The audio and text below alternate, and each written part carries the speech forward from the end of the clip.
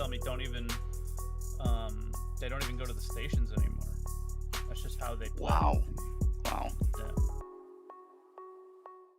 Still scares me though. Yeah. Just from our past, right? It's like PTSD with that.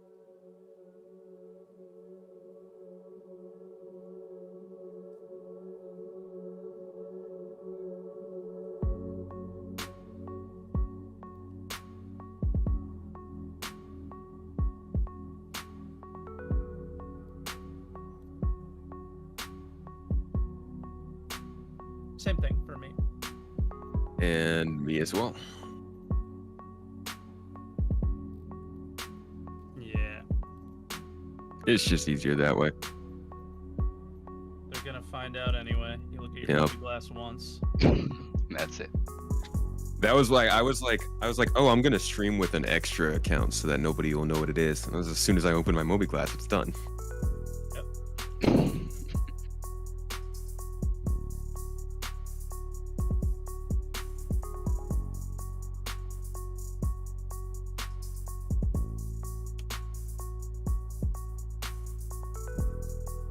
No, it's just one word. All of it, yeah. Oh, you no got an spaces. imposter, dude. Yeah, there's a couple people that got that name. Yeah.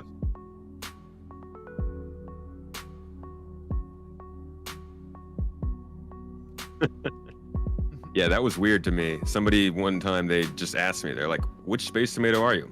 The only one? They were like, no. No.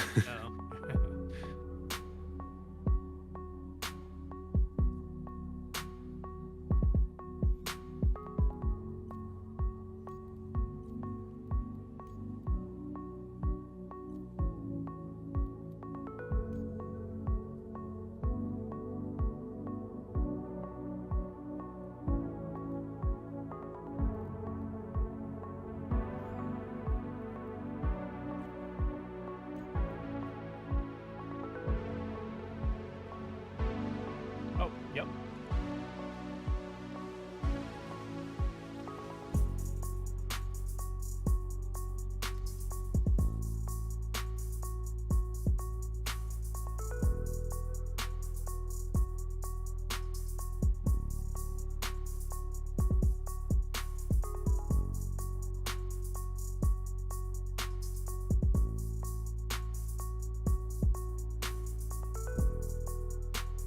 You mean Sounds good to me. in-game chat?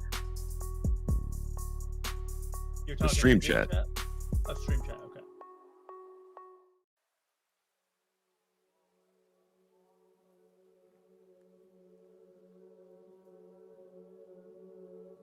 I agree with that. Whenever I do that, I'm like, don't tell. Whenever I have guests on and stuff, don't look at the chat. Gotta remind them.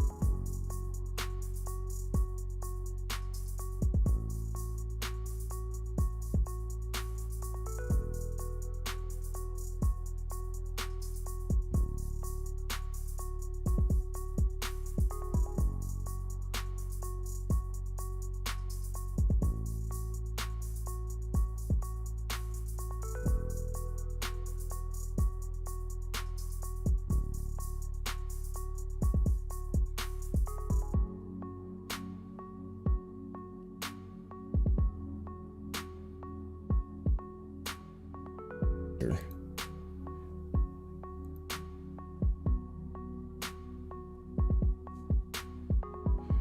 Yeah.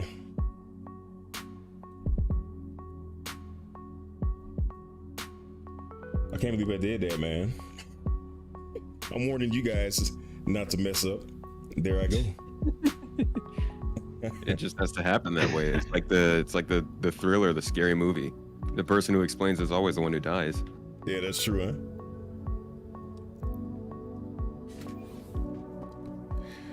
All right, let's go crank this bad boy up.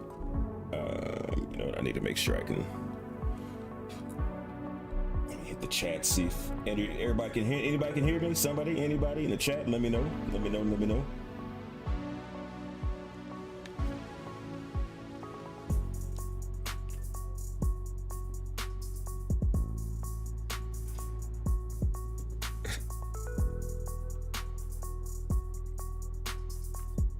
Let me know if you can hear me in the chat.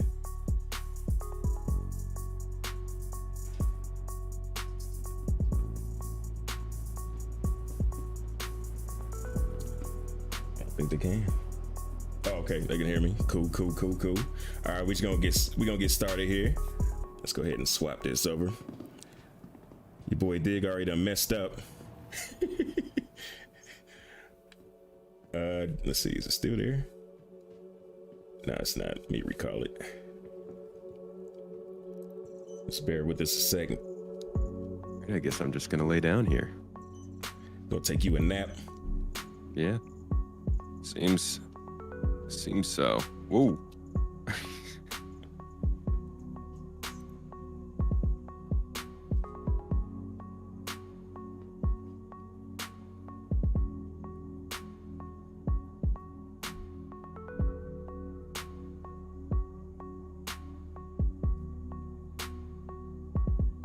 It's taking this sweet time. You know, I should have my screen on 30K lookout.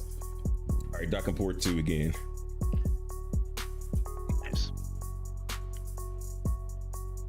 So what did it despawn? Is that why you guys are up here? Yeah. Usually when you die and the ship is on the landing pad, you despawn. Well, the ship spawns. Okay.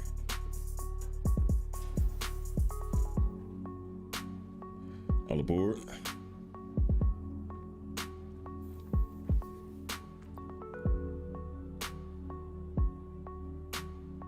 Is it moving? Now it is. Okay. Like we got a little lag, cracking the night, cracking the day. As usual. It's per usual. I'll take a lag over a 30K any day though. Yeah, it's always worse right before a new patch too. Yeah. All right, I see we're sticking to helmets this time. I'll go ahead and clear this one. Yeah, let's not be so risky this time.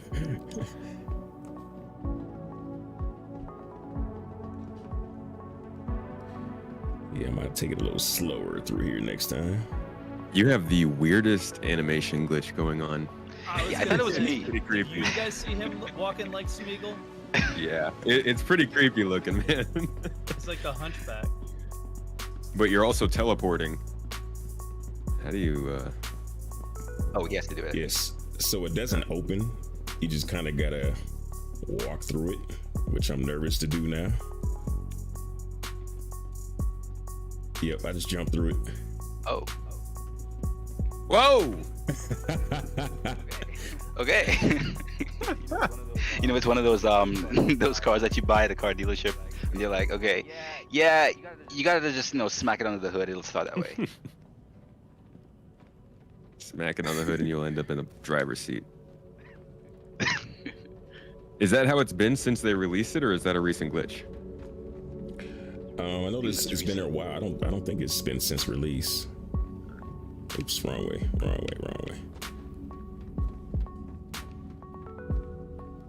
Now let me turn it. Oh, it's not through here. Oh, right.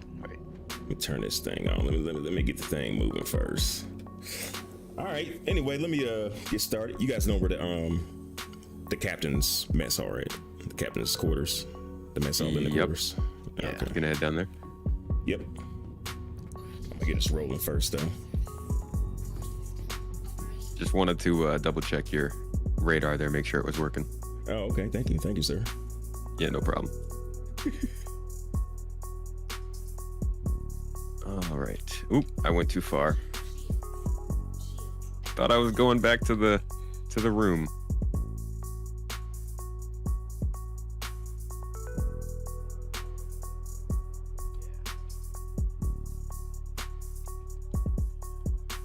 Come on, boss. Let me out.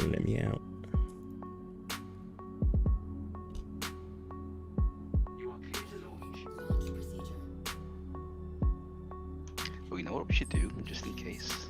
I'm gonna go to the med bay. To set this respawn. Yeah, great idea.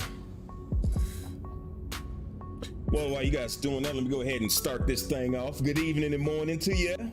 Appreciate you guys showing up to check out me and the fellas on the first episode of Raider Crush, where we crushing and breaking down Star Citizen topics like an organic compound. I got the duty. No. I got the privilege of bringing you the finest blend of Star Citizen content creators and aficionados that one could hope for in this semi-post-COVID world. Hey, so you guys tell everybody who you are and where they can find you at. Space, you are first. Yes, I am Space Tomato. I make Star Citizen content, mostly videos, but I also stream on Twitch. I have a Discord server. I have an Oregon Star Citizen as well, and just recently started a podcast, so excited to be on yours as well. Thanks for having me. Absolutely. Salty. SaltEMike. You may have known me before as Twerk17 from way back, and yeah, I pretty similar, just mostly stream and do a little bit of YouTube, and also have a Discord and an Oregon stuff, and yeah, just really happy to be here and excited to be on your podcast, man. Right on, glad to have you here, man. And I just found out Kalrati told me that your name used to be Twerk. I was dying laughing, man. Where did that come from, man? So my actual like screen name that I would normally use on like everything else was taken. So I just I didn't join Twitch thinking I was going to actually stream. I joined it because I was watching, and I didn't think anybody would ever see me or my name.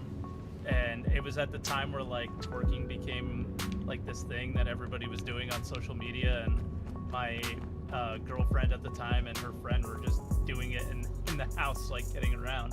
And I was like, all right, twerk 17. 17's my sports number. So that was it. I still remember the theme song. Was it twerk, twerk, twerk, twerk repeatedly with the beat behind it? Yeah, it's still that. That's like when people sub, that still goes off. What an origin story. Yep. Alrighty, man. Tell me a little something about you. Right, so these days I don't stream much, but I usually, I'm just found in the game, testing out certain mechanics, getting all that just underway, just to get some feedback, to get the player experience. I'll stream again one day, but just not yet. Okay. Don't you also do a little blogging or something? I remember you were writing something. Oh, right, yeah. So I was doing some blogging from time to time, just to, document the new player experience between the year before and last year, because that was when they first started to, bring in purchasable ships in the game. So I was very curious about, how the new player experience was at that time, because we didn't have that many, mission variations. So I was, I was thinking, okay, if someone were to start off right now and they have to, trade and transport like hundreds of cargo to get a basic ship, how does that feel? So between the year before and last year, that's what I've been continuously doing for each patch, for each major patch, as they brought out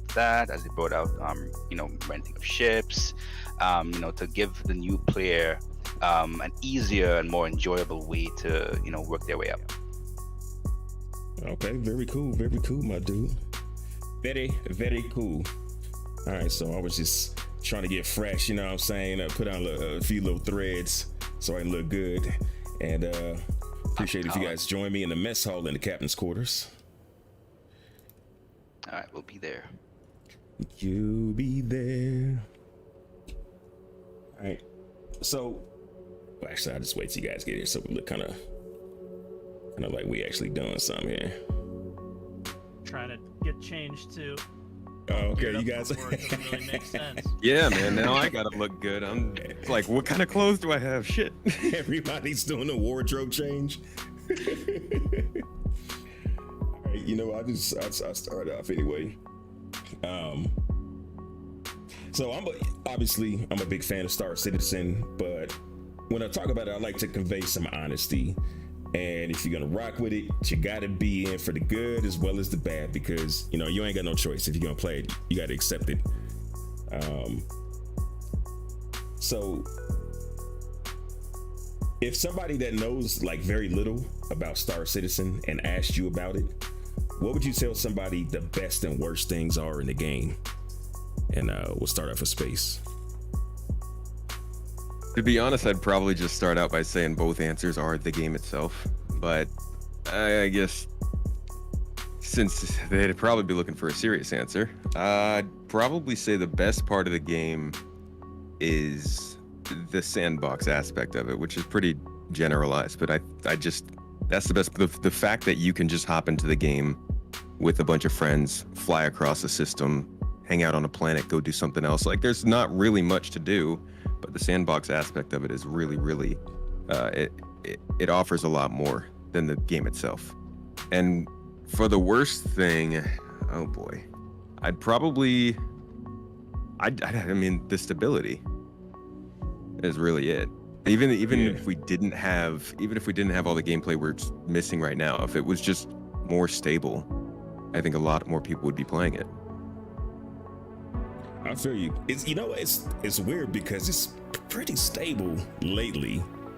I don't know when that started happening, but it is. But yeah, you're right. I mean, the stability thing is the thing that makes you throw your controller at the wall or your keyboard for all you ASDF types, WASD.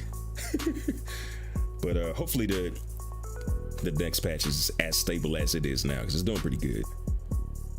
What about you, Salty?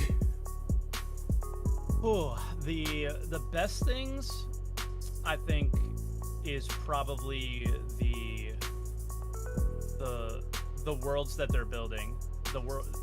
You go to Daymar or another location, and it doesn't matter what game I play. I'm making my way over there, by the way. Doesn't matter what game I play. I want to play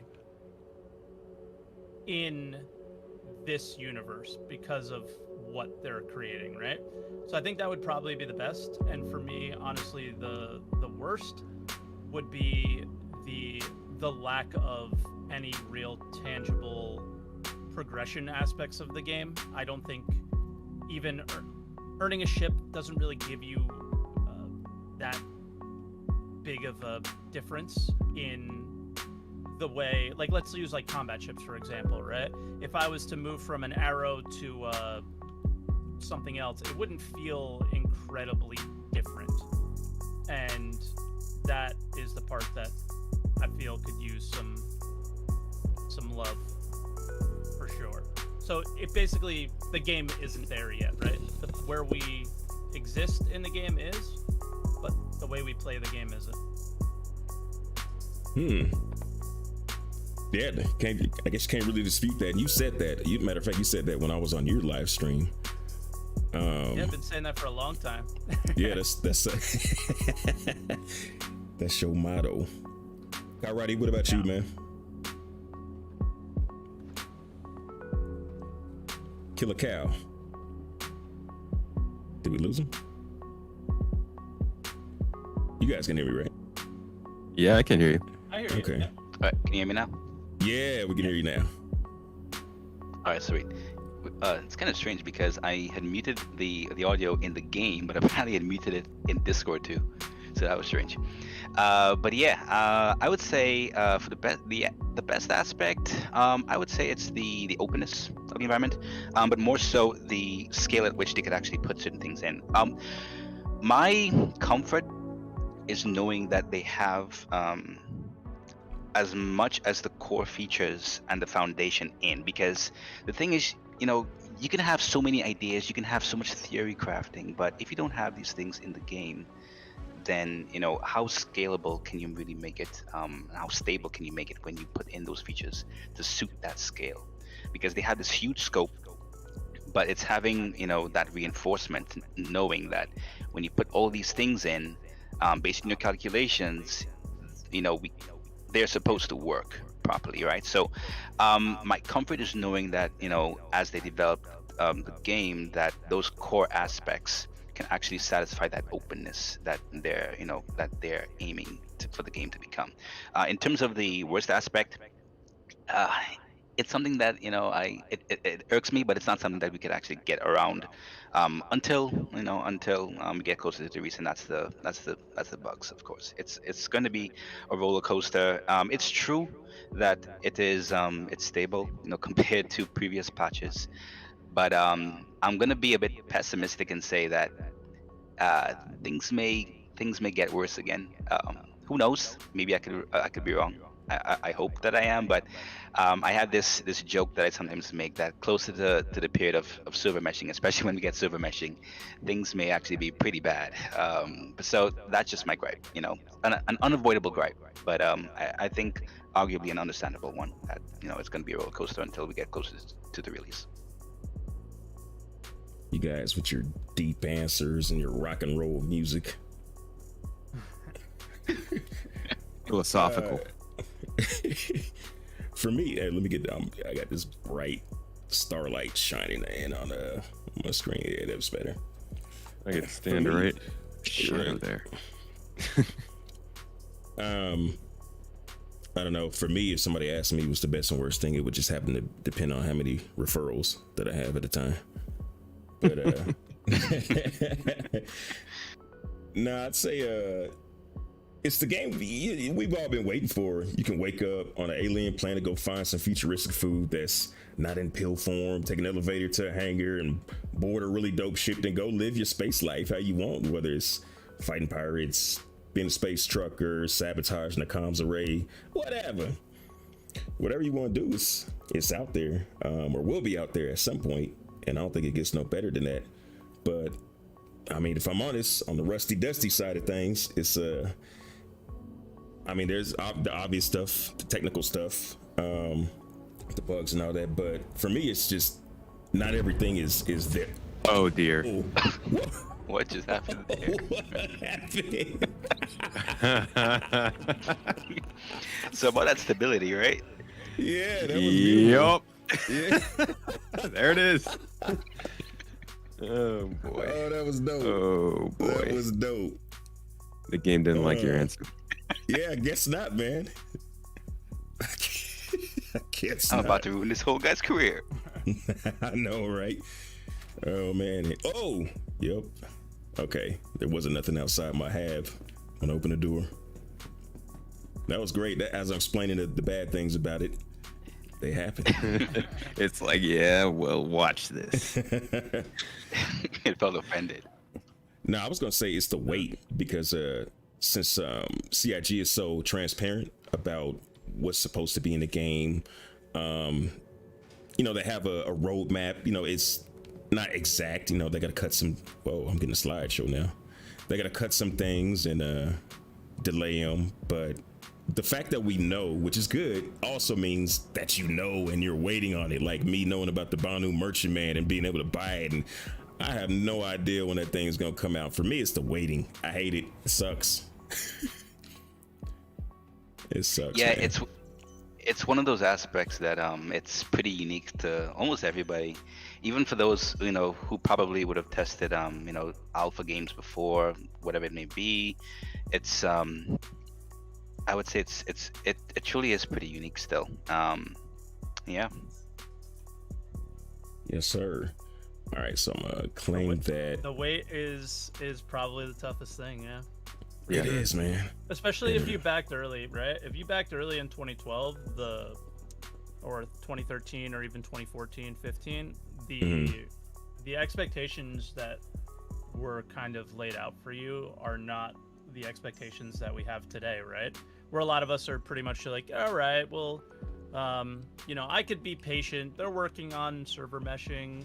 physicalized inventory is gonna be cool, all these things, but if you had back then and you don't follow the project super closely, or I don't know, even loosely follow it, it's kind of hard to be like all this and they haven't finished one star system yet, right? So that's why you hear a lot of that stuff, is it just doesn't make a lot of sense. Yeah. But if you follow it, it makes a lot more sense than if you don't. So yeah, but it doesn't make it easy though. It doesn't make it easy to wait.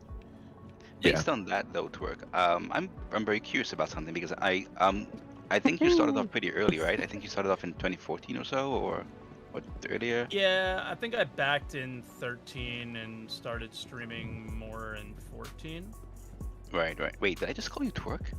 Yeah. You see, this is exactly what I meant. So, oh God, This is what just happened there? everything bad. Did the ship? I can hear you in game, by the way. Oh yeah, I was gonna tell you that, Cal. Turn off your in-game mic. Right. Oh, the ship broke. Yeah. We're gonna end up on an Aurora by the time we get on the ship. Is somebody rolling a cart around? That might be me, yeah. Wow, look at this thing.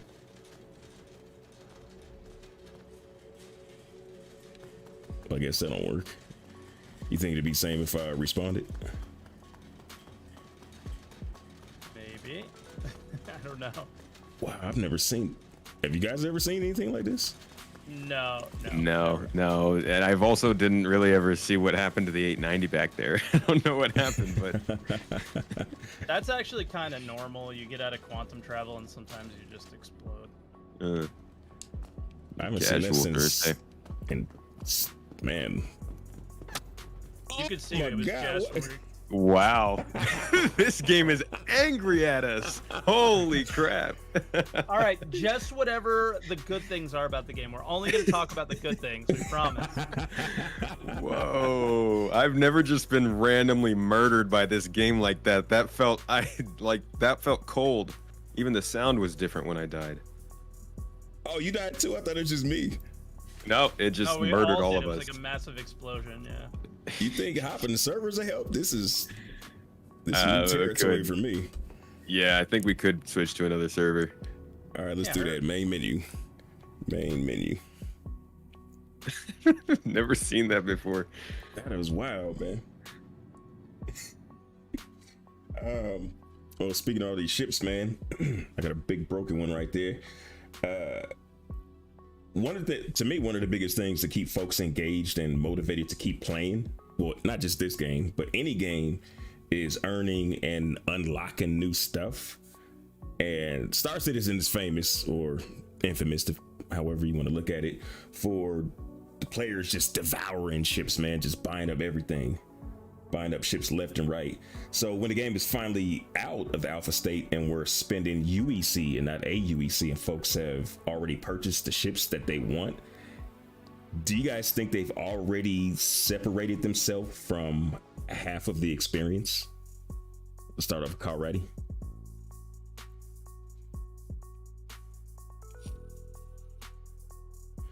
Or not? Might have lost him again. Yeah, looks like he's in the other channel. Gotta drag him in. Oh, okay.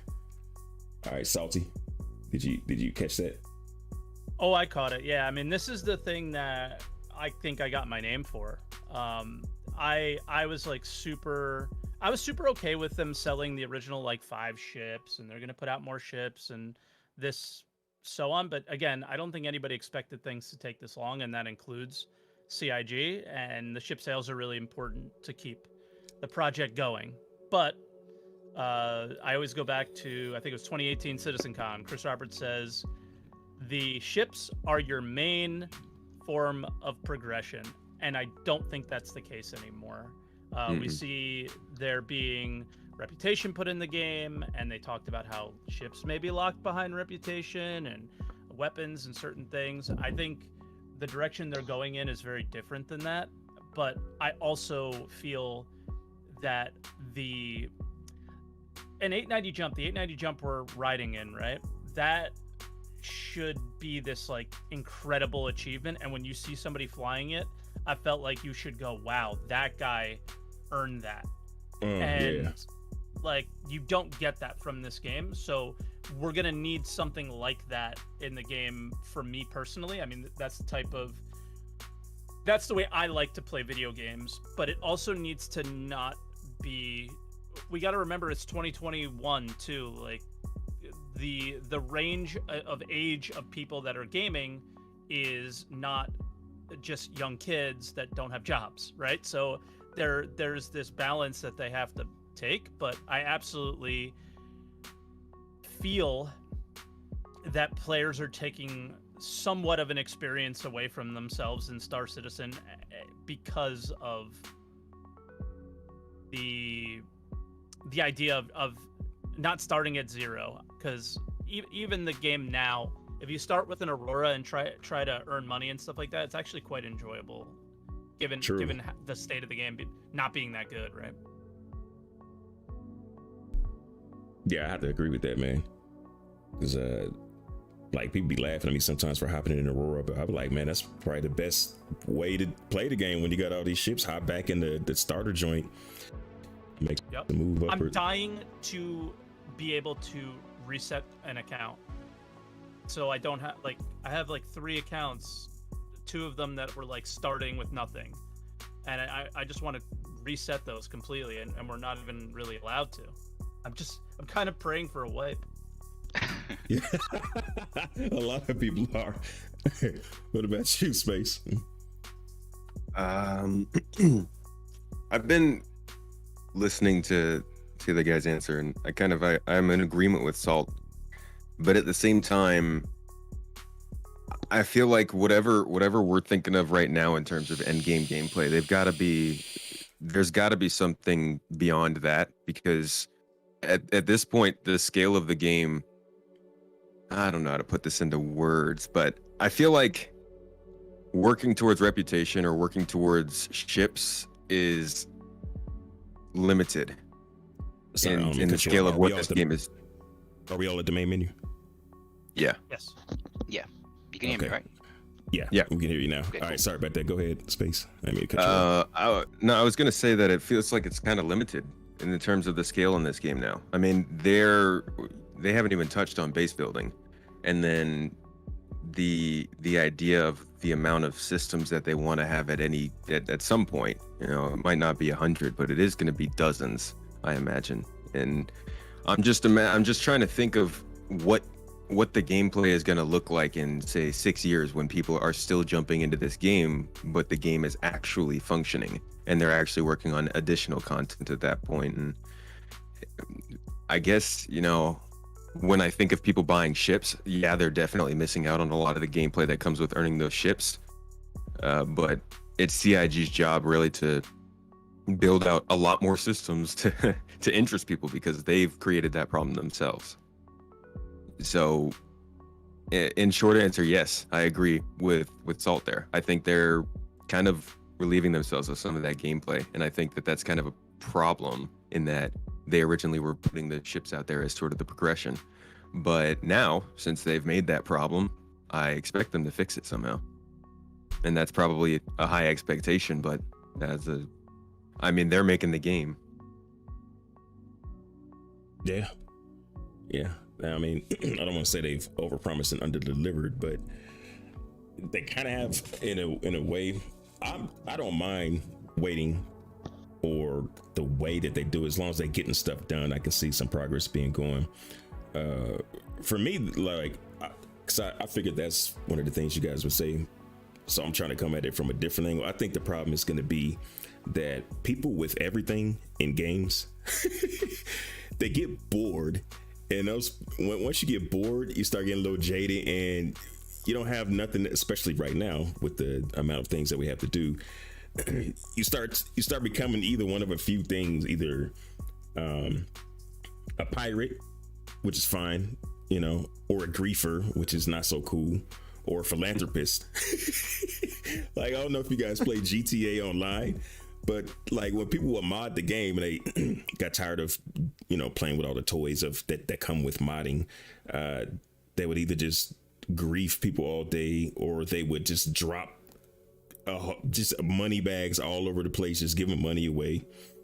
Or, they spend their time trying to kill people. Like, and that's the only thing that they have to do. I saw one of my buddies do that. We used to grind money together, and it would take us hours to build up product and then sell it and make money. But once he bought all the things that he wanted, all he did to spend his time just killing people that are trying to do the same thing that we were doing. So I don't know, man. They need something since we're already at in-game ships, basically. I mean, minus the capital ships, but they need something for the person that is at the in-game level as far as ship ownership. And I'm sure they'll have something. I don't know what that'd be, besides just trying to acquire territory and, raids and becoming the biggest org or whatever, stretch goals, personal stretch goals you can have for yourself. But we're going to need it probably sooner than later. Mm-hmm. Yeah, I think when you look at a good bit of the MMOs out there, especially the MMORPGs, even if they aren't space related, you have to question, okay, what is the formula that they use, the quote unquote formula that is, for the whole end game experience, right? So what usually happens at the end when you've maxed out everything in World of Warcraft, or max out something in Valheim when it makes more progress, or other games like Terra and Blade and Soul, because one of the worrying things that could ever happen to any developer is you get to that point, a lot of your player base gets to that point, and there isn't that much to do, and the player base eventually dwindles. That's exactly what happened to the Terra Online. I'm not sure if anyone ever played that game, that MMORPG before, but that's what happened.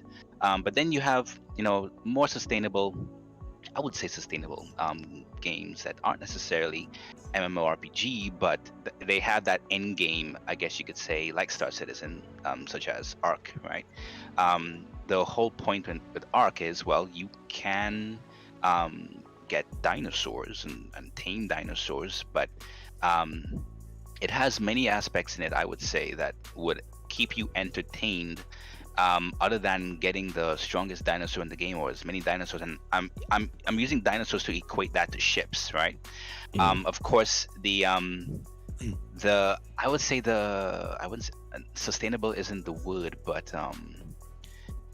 the fact that they can die and you lose them, right, makes it add some more flavor to it. Of course, that's a controversial topic with Star Citizen, because we won't ever lose our ships, even if I recall correctly, even if we don't have insurance for those ships. At the same time, like you guys were saying, and I would touch on it in another way. You have the ships, but they definitely cannot be the end game, because the ships should be something that you can use as a tool to be able to get to what you really want to do. And what is that in Star Citizen? Well, the scope is so you can do anything, kind of like if you want to be a miner or a salvager, but getting the ships shouldn't be the aim at the end of the day. Being able to do something with the revenue that you get, or the materials or the resources that you get from that profession, by using the ships as a tool, should be. So if you want to create some kind of, I don't know, I would stress the word. It may not be something as dramatic as that, but some kind of empire or something. But at the end of the day, the ships are used as the tool to get to that point, and not the end game of what you want to get in the game. Gotcha. Dinosaurs. So the dinosaurs are the ships in that game. I don't know why it's funny, but it kind of is. Oh man. So, do you guys have a bloated fleet? Like, what's your fleets looking like? Well, I'll go. Mine has always been a little scattered, because I backed back in like 2014, I think. I got a 325A, and then sat on it for about a year. Didn't really play the game, but I saw a video for like a Saber Raven. I was like, oh, that's cool. So I seeked one out and bought one. And then I got a Terrapin because I wanted to be an explorer. And then I was kind of like, okay, this is a lot. I should stop. And then they showed the 100 series, and I got 2 of those. And then I was like, okay, I'm done. And so after that, I was kind of just referrals and gifted ships. So now my fleet's I consolidated some of it down, like referrals and stuff. And now I'm just rocking like a Carrick, Saber Raven, a couple fighters, I think, and then just a bunch of referral ships, really. Okay. So Nothing big though. The Carrick and the Mercury Star Runner are my 2 main ships. I love the Merc. The Merc I love that ship. Yeah, it's my favorite ship. What about you, Saltness? Sorry, I was just putting on because I know. Just warning, guys. There's definitely areas in the ship where there's no oxygen, so be careful. Yeah, thanks for telling me that. Putting a suit on. Oh, still? Um, Okay. So, Yeah, I think so. I'm not 100% sure, but I'm gonna play it safe. Yeah, Is everybody in the ship? yeah. Yeah. Okay, cool. I'm taking a quick look. I originally started out with a little bit more like combat stuff, so Super Hornet and Gladius and things like that. I have some referral ships. I don't have a lot of referrals because I don't like if people ask to play should I buy the game yet, I usually tell them it's probably not ready because they're usually asking is this game good, and it's not really where you would call it a game that most people would play if they were gonna compare it to anything else. But like as far as like big stuff goes, I have a Carrick and I have a C2, but I don't have like 890 or Javelin or Idris. I didn't go that direction. I guess the biggest thing not in the game is the base building ship. I can't think of the name off the top of my head. Pioneer. Pioneer. Yeah, the Pioneer, yeah. So it's kind of bloated, but not too bad. What about you, Killer Cow? So that question and my answer is quite related to the previous discussion that we were having just now, because when I joined back in similar to Mike in 2014, I gradually pledged for ships and everything, and the question came to me at the end of 2016, I think, and I was like, when do I want to stop? Because my fear was getting to a point and, to be frank, not having that many things to work up to, because at the time they kept reiterating sometimes on, getting ships and everything and having a fleet is part of the quote unquote end game. Like, the Orion is the end game ship. The Reclaimer is the end game salvage ship. And I kept getting a little more thoughtful, and as a result, I told myself that as soon as I became conscious, as soon as I hit that point, I would say, okay, I will melt all of my ships, and I will literally use the store credit for subscription. And as a result, the only 2 ships that I have in my fleet, because I melted all of them, is just the Aurora MR and this Mustang Alpha that I won by participating in the Crocs Cup. Because at this point, I'm still not sure what their whole endgame design is. So as a result, that's pretty much that's my fleet. And particularly, I started to melt everything when they first introduced the ability to buy ships in game, because I thought, okay, at least I can kill two birds with one stone. I can analyze how if a player were to join the game, I can analyze, all right, how does it feel to get the most basic ship, and how grindy it would feel, and also kind of set myself up to the point where, okay, just in case something happens, at least I don't have that many ships. I only have like 2 of the most basic ships. So that's my fleet, and I found it pretty ironic that you asked that question right after having that discussion, because it's directly tied to it.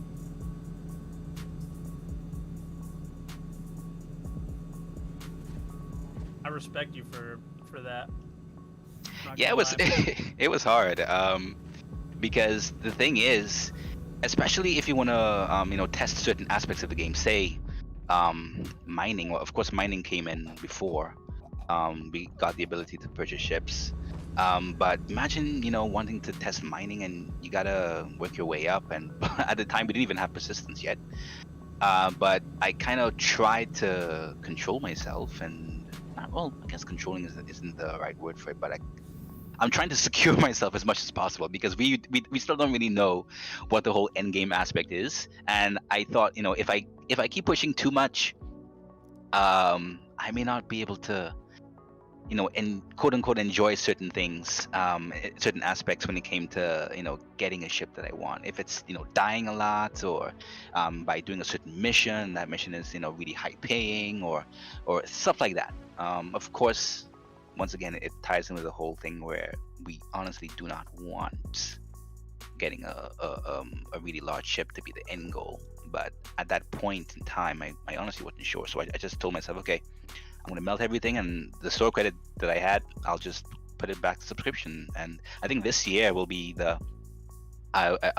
this year would be the last year that I would be using subscriptions for, because everything else is just coming to $0. So we'll see what happens next year.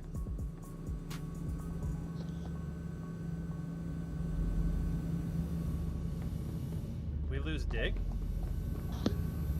Yeah, he's not. Oh, my bad to have the mic on mute. Oh. But, nah, I wanted to do the same thing. That was one of my early plans, was to melt everything down and then start from scratch. But I got so many referrals that I've upgraded that I don't even know how many ships I got. I got all these like ships I bought, referral ships that I've upgraded. I got you got all the loaners. Some of them come with 2 ships, and then I got ships that are sitting in my hangar for giveaways, and I have no idea. I maybe have like 10 ships or something like that. But oh, did we lose somebody? Mike, did you die? I died. I just saw you. Yeah. I just saw you just collapse on the ground. No, this is what I'm talking about. That bottom area, I don't know why. I've walked past there 3 times and it's tried to kill me every time. Oh, Yeah. wow. My med pen wouldn't come out this time. I'll be flying over there. I'll meet you guys. Oh, well, I was gonna go back over there, pick you up, and grab the 890. It should okay. be That'll ready to go now. Nice. Wait, is this not the right deck? I don't know. I would like to be able to liquidate them. I don't think I will be able to unless CIG hooks me up or something. But that would be lovely. I understand you with the getting confused from all the extra ships, the loaners and stuff. I have no clue where some of my ships are coming from. They don't make any sense. Yeah. I don't own the ships that would have them be loaners. They're just sitting in my hangar for some reason. Yeah. Oh, then you got duplicate ships. I know you guys got duplicate ships. Yeah. Yeah.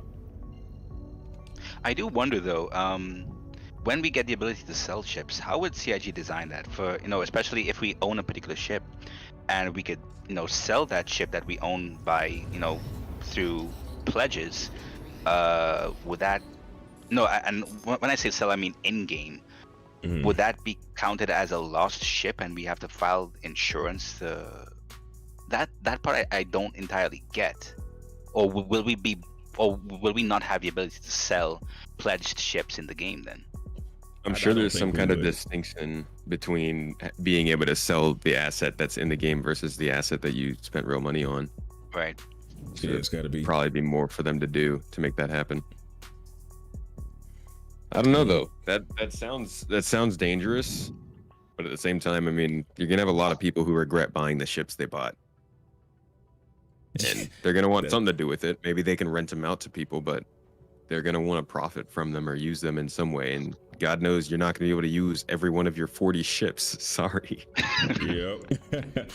I was thinking about that, renting out the ships, but they've already got a rental service in the game, so you'd have to make it so cheap that it just wouldn't make sense to go to the rental service, or something that the rental service doesn't carry. Like right now, the Caterpillar isn't available to rent. I mean, at the same time, the rental business can actually work, at least for players who don't have a particular reputation. Because the thing is, I mean, and this is something I know Mike is big on, the whole reputation system. If you were to, if certain types of weapons or subsystems or subcomponents were hidden behind a reputation wall for a particular company, then and that player, they have to perhaps, work their way up to purchasing that, getting through the reputation to purchasing that those sets of components, and perhaps renting a ready-made or already put together ship to do a particular difficult mission could actually work. You can make a rental business and say, okay, these ships are already outfitted with these components that you can't really get until you grind some hours to to finally have the reputation to buy that component, and I could always rent it to you. Ship is already pretty capable of doing this really difficult mission. You just need either a full crew if it's a multi-crew ship, or a single seat fighter. You just need the credits, and yeah. Yeah, that's true, isn't it?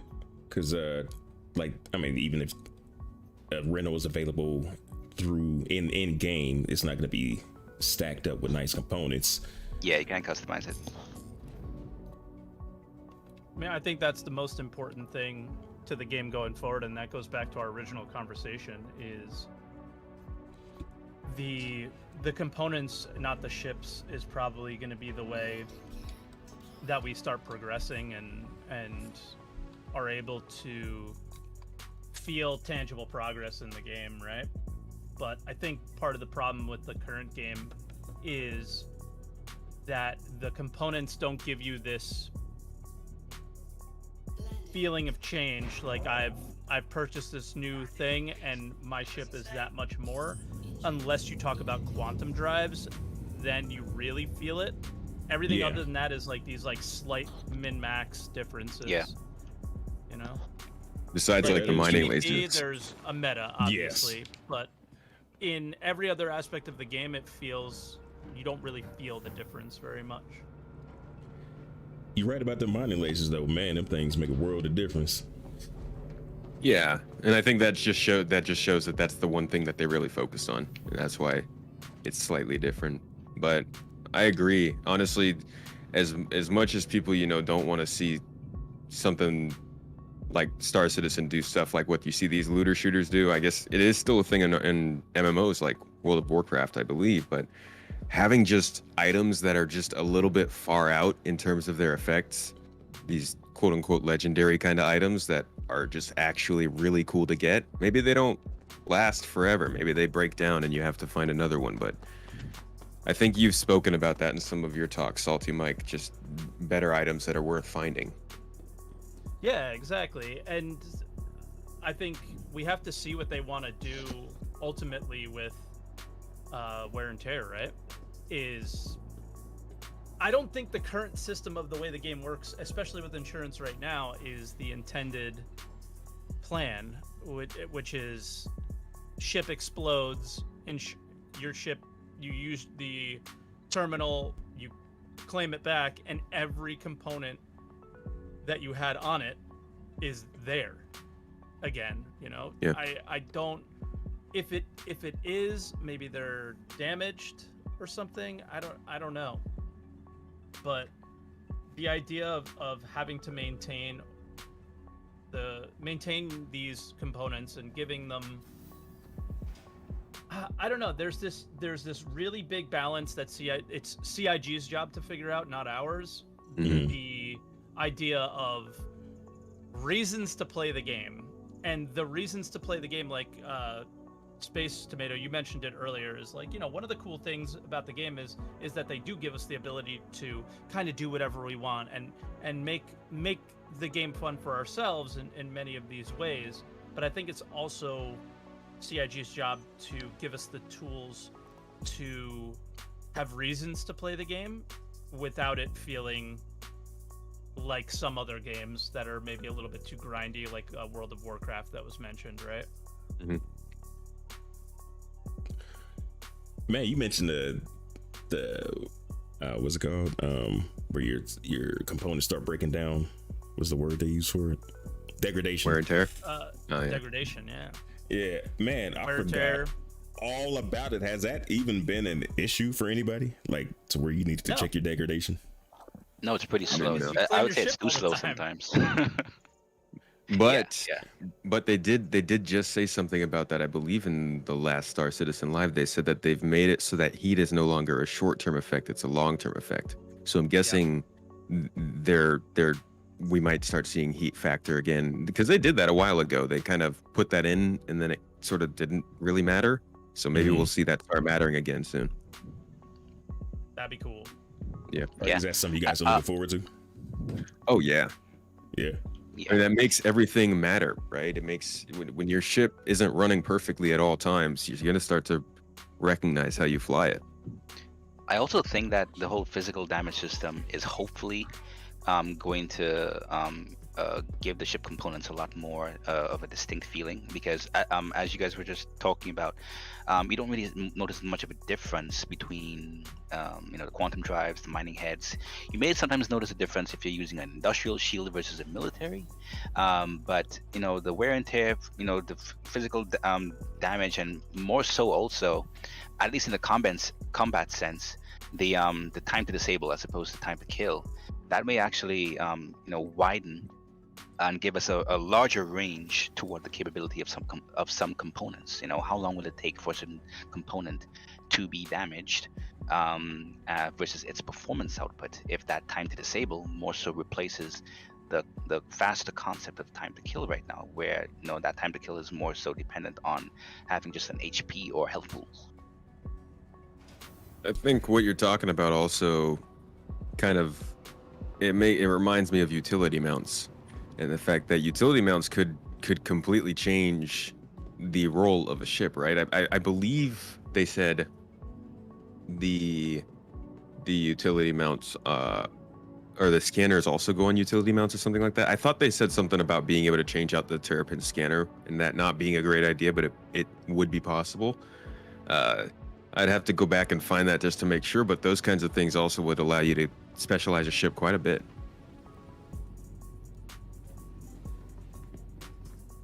Oh, it opened. I think we've also forgot about subcomponents too. Oh yeah. That's right. Oh yeah, that's true. We'll have to see how that ends up playing out and how much they matter. And that's probably where it feels like they don't matter that much right at the moment. But It seemed like they were almost leaning towards the idea that the component itself is kind of like just the carrying case for the subcomponents, which actually make the difference. mm-hmm. And I guess that would be, I don't know how I feel about that, but I think it would be cool to have more variety in the components that we're using besides just getting a different component. So that it could be good, but judging by how the mining subcomponents are going, they haven't Get me started on that. yeah, they're kind of just min-maxing tools at this point. You guys use those? No, I use the active ones. Yeah, I'm very scared to The invest newest in ones the make no sense. passive. The newest ones make no sense. Yeah, I It's- don't really use them much, no. It's like that's been like my crusade over the last, I don't know, maybe 6 months, is just trying to get somebody to hear me and say, hey, you guys keep putting in these like subcomponents and new lasers and characteristics to this mining stuff, but in reality the change that would feel the most impact and make those items matter is if you focused on the things that you're mining, how close together they are, how many of them are in one area, the different characteristics that they could have, how large they are, how much material is in them, because there's 0 point to use a mole over a prospector. If you had 4 people, you should use 4 moles, or 4 prospectors instead of 4 moles, because you have the same amount of lasers. Size 2 versus size 1 lasers don't have any more power over the other, just more range. Range doesn't matter. It's like this whole crazy thing, and I think I got through to them. At the very least, the idea of having rocks be less evenly spread out and more clustered together is something at the very least they prototyped, but I don't know how far we got there. The guy who did it like happened to be in Discord and was asking some questions about it, and he said he was going to try it. We'll see. But the idea of the newest mining components were just pointless. It seems like the I'll mode chime is in on that. like a social tool right now. Yeah. Because I'll- I mean, go ahead. Well, I was gonna kind of agree with what you were saying in that I think they are focusing on the wrong thing when it comes to mining. I do like that they're continuing to try and add depth to it. That's a plus in my book. But like you said, it would be cool if they focused on the actual stuff for mining, like where it is, how it shows up, why it's logical. I always assumed that they couldn't do that because they didn't have the persistent streaming, the iCache going on. But I was thinking it would be phenomenal if, and it sounds like they're doing this with the gadgets, but create other aspects of mining that don't have to do with the laser, create different parts of that gameplay besides just the one part that we already know. Much like how with medical, we're going to have a healing laser, sure, but I'm expecting them to have other parts of medical that we can do, like maybe the crafting of the medicines or the drugs or something like that. But it is kind of, I'm hoping the gadgets will be good, but it'd be nice to see them focus on more aspects of mining than just the laser itself. Agreed. Speaking of mining, what was weird to me was that new rock. What's it called? The rock with the bucket on the side to sit in? Yeah, the DS. The rock BS. I call it the rock BS. I was like, I mean, talk about something pointless, right? It was I didn't get that one, man. I had a question mark on my head with that one. Yeah. I mean, it could probably be fun, but like with the amount of rocks out there and the value for them, I just don't see it being something viable to make some money with. I could see it coming out like years after the game has launched and they're looking for more ideas to just get more people playing together, and they've already got everything filled out. But I was just like, why take up the manpower for an actual useful ground vehicle or even, another type of vehicle for that? I could be wrong, but I feel like it was one of those vehicles that they, instead of planning the gameplay for it first, they decided to put in the ship and then plan the gameplay after. Because I think, if I recall, it was a complement to the rock, and of course we already had the game design for the rocks, or maybe they, like most of the ships, they thought, okay, we'll have the game design of the profession, and then we'll make the ship to suit that profession. But it felt like it was the opposite for the Rock DS, and it was just something that they thought, okay, we'll figure it out as we develop the mining experience more. So it just felt like it was that they put in the ship first, and then they decided to later on to see how they can extend the mining experience to suit the Rock DS, which is so I feel like that's what they did as opposed to the original thing, which is Yeah, I think if you buy the only rock, advantage it has is if they ever have cave mining where it's not like the hand mineable rocks and not the current caves that we have now where you drive in a little bit and then you have to get out, which is kind of weird. The laser has way more range of motion, so like mining a rock above you on the ceiling would be something that you could do, right?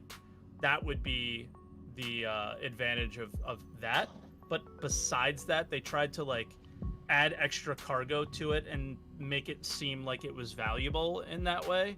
And it just, those are the moments where my name comes true, and I start to say things like, do you guys play your game? Do you know how we play? Do you know how we play your game, or are you just kind of envisioning in your head how you would like us to play it, right?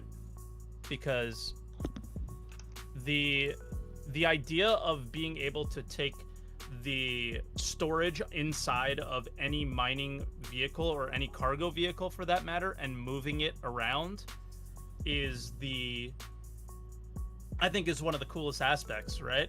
You're out mining and you have a cargo hauling team and they come and they pick it up. We did this with the original rocks. It was amazing. You would take the the inventory out and put it into another rock, make a box and sell it. It was like this whole operation that we had. It was so cool. And just adding more cargo to one of these things, it doesn't change the fact that you're just going to empty it anyway. So the amount of cargo space doesn't matter. If you're going to sell some new vehicle that has some differences, I don't think that would be the thing I would try to sell a vehicle on, I guess. All right, hold on, man. What's up with the jackets, man? Did y'all have a meeting that I wasn't? No, aware of? I literally just saw that and opened my mobiGlas. I was like, this isn't. I don't know. Why are you I'm a mentioning? big fan of the Invictus event, man. Yeah, I love it. Love Man. those ship sales. You Now guys I'm with your members self-conscious. only I'm gonna jackets. change it. Here we go. Here we go. Here we go. No, I'm Oh my goodness. styling So, now. wilding on them, styling on them. So I'm sitting there messing with the camera, which kind of brings me to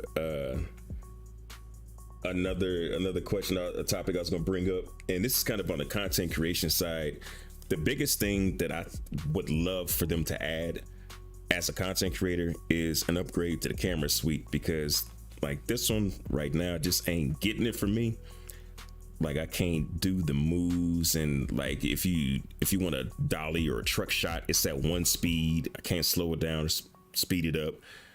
That's my gripe. Do you guys have anything in particular that you, from the content creation side, that you would love for them to add? The camera system is god awful. It drives me nuts, man. It drives me insane. I mean, I understand why it's the way it is. It has to be connected to the character, but the fact that it is modeled as like a camera on the end of a stick, and that stick collides with everything in the game, you know, I'm sure you've been sitting there getting a shot, not doing anything because you don't need to. Camera's completely still, and then an NPC walks through it, and it ruins the whole shot. Oh yeah. Yeah, it's just. Get out my shot, man. It moves the camera. Yeah. You don't bump into the camera, man. Yeah. So when it comes to content creation, at least, I think that's probably one of the biggest things for me. So I would also like if we got more music in the fan kit. They gave us the fan kit and they said, okay, this is the music you can use for your stuff, but there's only 4 songs. Oh, is that And right? I'd be happy to pay for the rest. I mean, the way I understand it, these are the songs that I know I won't get in trouble for on YouTube at any point in the future. I'm not sure if that's for sure or not, but I've heard that that's kind of the case. And I'd like to know that there are more songs that we could use from the game. Yeah, I mean everybody wants some Pedro in their videos. Exactly. Pedro make it video hot, man. What about you? I know you don't do too many videos, but I know you got some opinion on this, Cal. Yeah, so I'm going to touch on the camera system also, because I remember Forrest Stefan, he had spoken about improving the same camera system that we have. That was about 2.5 years ago. And so I know that, they were working on it, but Yeah. I'm not entirely sure where they've reached, because I mean, most likely they would need, something, and I'm sorry if you're hearing the background or whatever, but, they would need, some kind of improved camera system for, say, Squadron 42, particularly for the developers. If they're making, if they need to improve on those camera shots and those cinematics. So I'm going to assume that whatever work that they're doing also, that improvement to the camera navigation system, for anybody, is going to come sooner, hopefully, rather than later. Man, I hope so. What about you, Mike? I'm gonna be a little different. Like, yeah, the camera's pretty bad, but for me personally, I think the best. This is obviously like such a stretch and such an unreasonable ask. But for me, the most important thing is that sense of progression that we have been talking about a lot. Because I think then you can create a story in the game, right? Like, hey, I started from here and I achieved this, and that could be a video or a stream or something. So from a content creator side, that's like everything that matters to me. But I think you're talking about more either in the short term or from the actual like content like creation thing. And I guess for me, it would be, yeah, maybe a better cinematic camera of some kind, or in the short term, maybe a little bit simpler to play with friends and have them help out. Oh, here's one. I'll give it to you. Not having my name on the menu when I join a server. That would be really cool if that'd be you great. just, announce everywhere I go and every moment, and anybody who like legitimately like they're sniping, and whatever they tell you they're not, it's total crap. They look in the menu, they see you're there, they could take 2 seconds look at your screen and know exactly where you are, or them just knowing that you're on the menu is enough in some cases, right?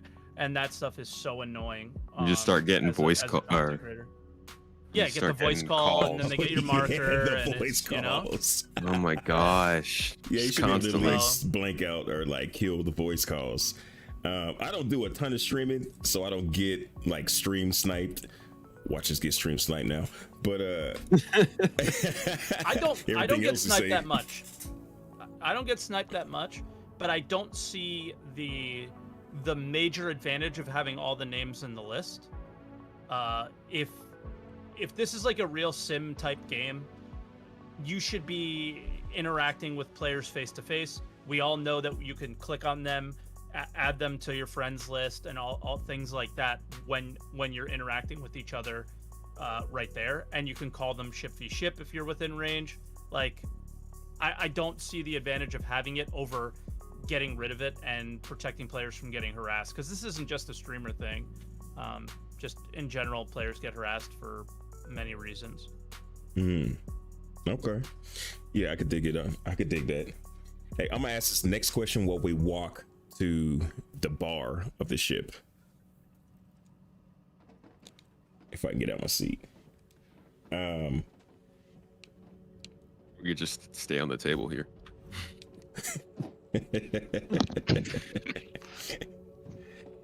Actually, you know what? I mean, we're over the hour mark now. Let's get into some of the things that you guys brought with you. Ooh. We already Sure. did for me a little bit. Did we? Hope some going the Yeah, wrong way. I was gonna really touch on for me personally, I was gonna touch on how about this? I'll go into what do you guys think about well, it's an alpha. Like, it is, but it's also not. And I always argue, like, I always come at the game from a perspective of like, yeah, okay, they're building out things, and I totally understand. Oh, I went the wrong way. I totally understand that they don't want to have to redo work, and I totally Followed you respect down that. here. I'm sorry, Space. I'm sorry. But for me, I was talking about it today. Like, I want to have the feeling of accomplishment in the game, and I want the items in the game to matter. So for me, I'm super excited for something like looting, but only if I'm not just looting water and med pens all the time, right? And then someone like in my stream chat was like, it's an alpha, right? And like, yeah, I do, but I also feel like part of the process here is designing and having an idea of how we're going to play the game as well, right? Like, yeah, they're working on server meshing, and they're working on this, and they're working on that, but having some idea of what a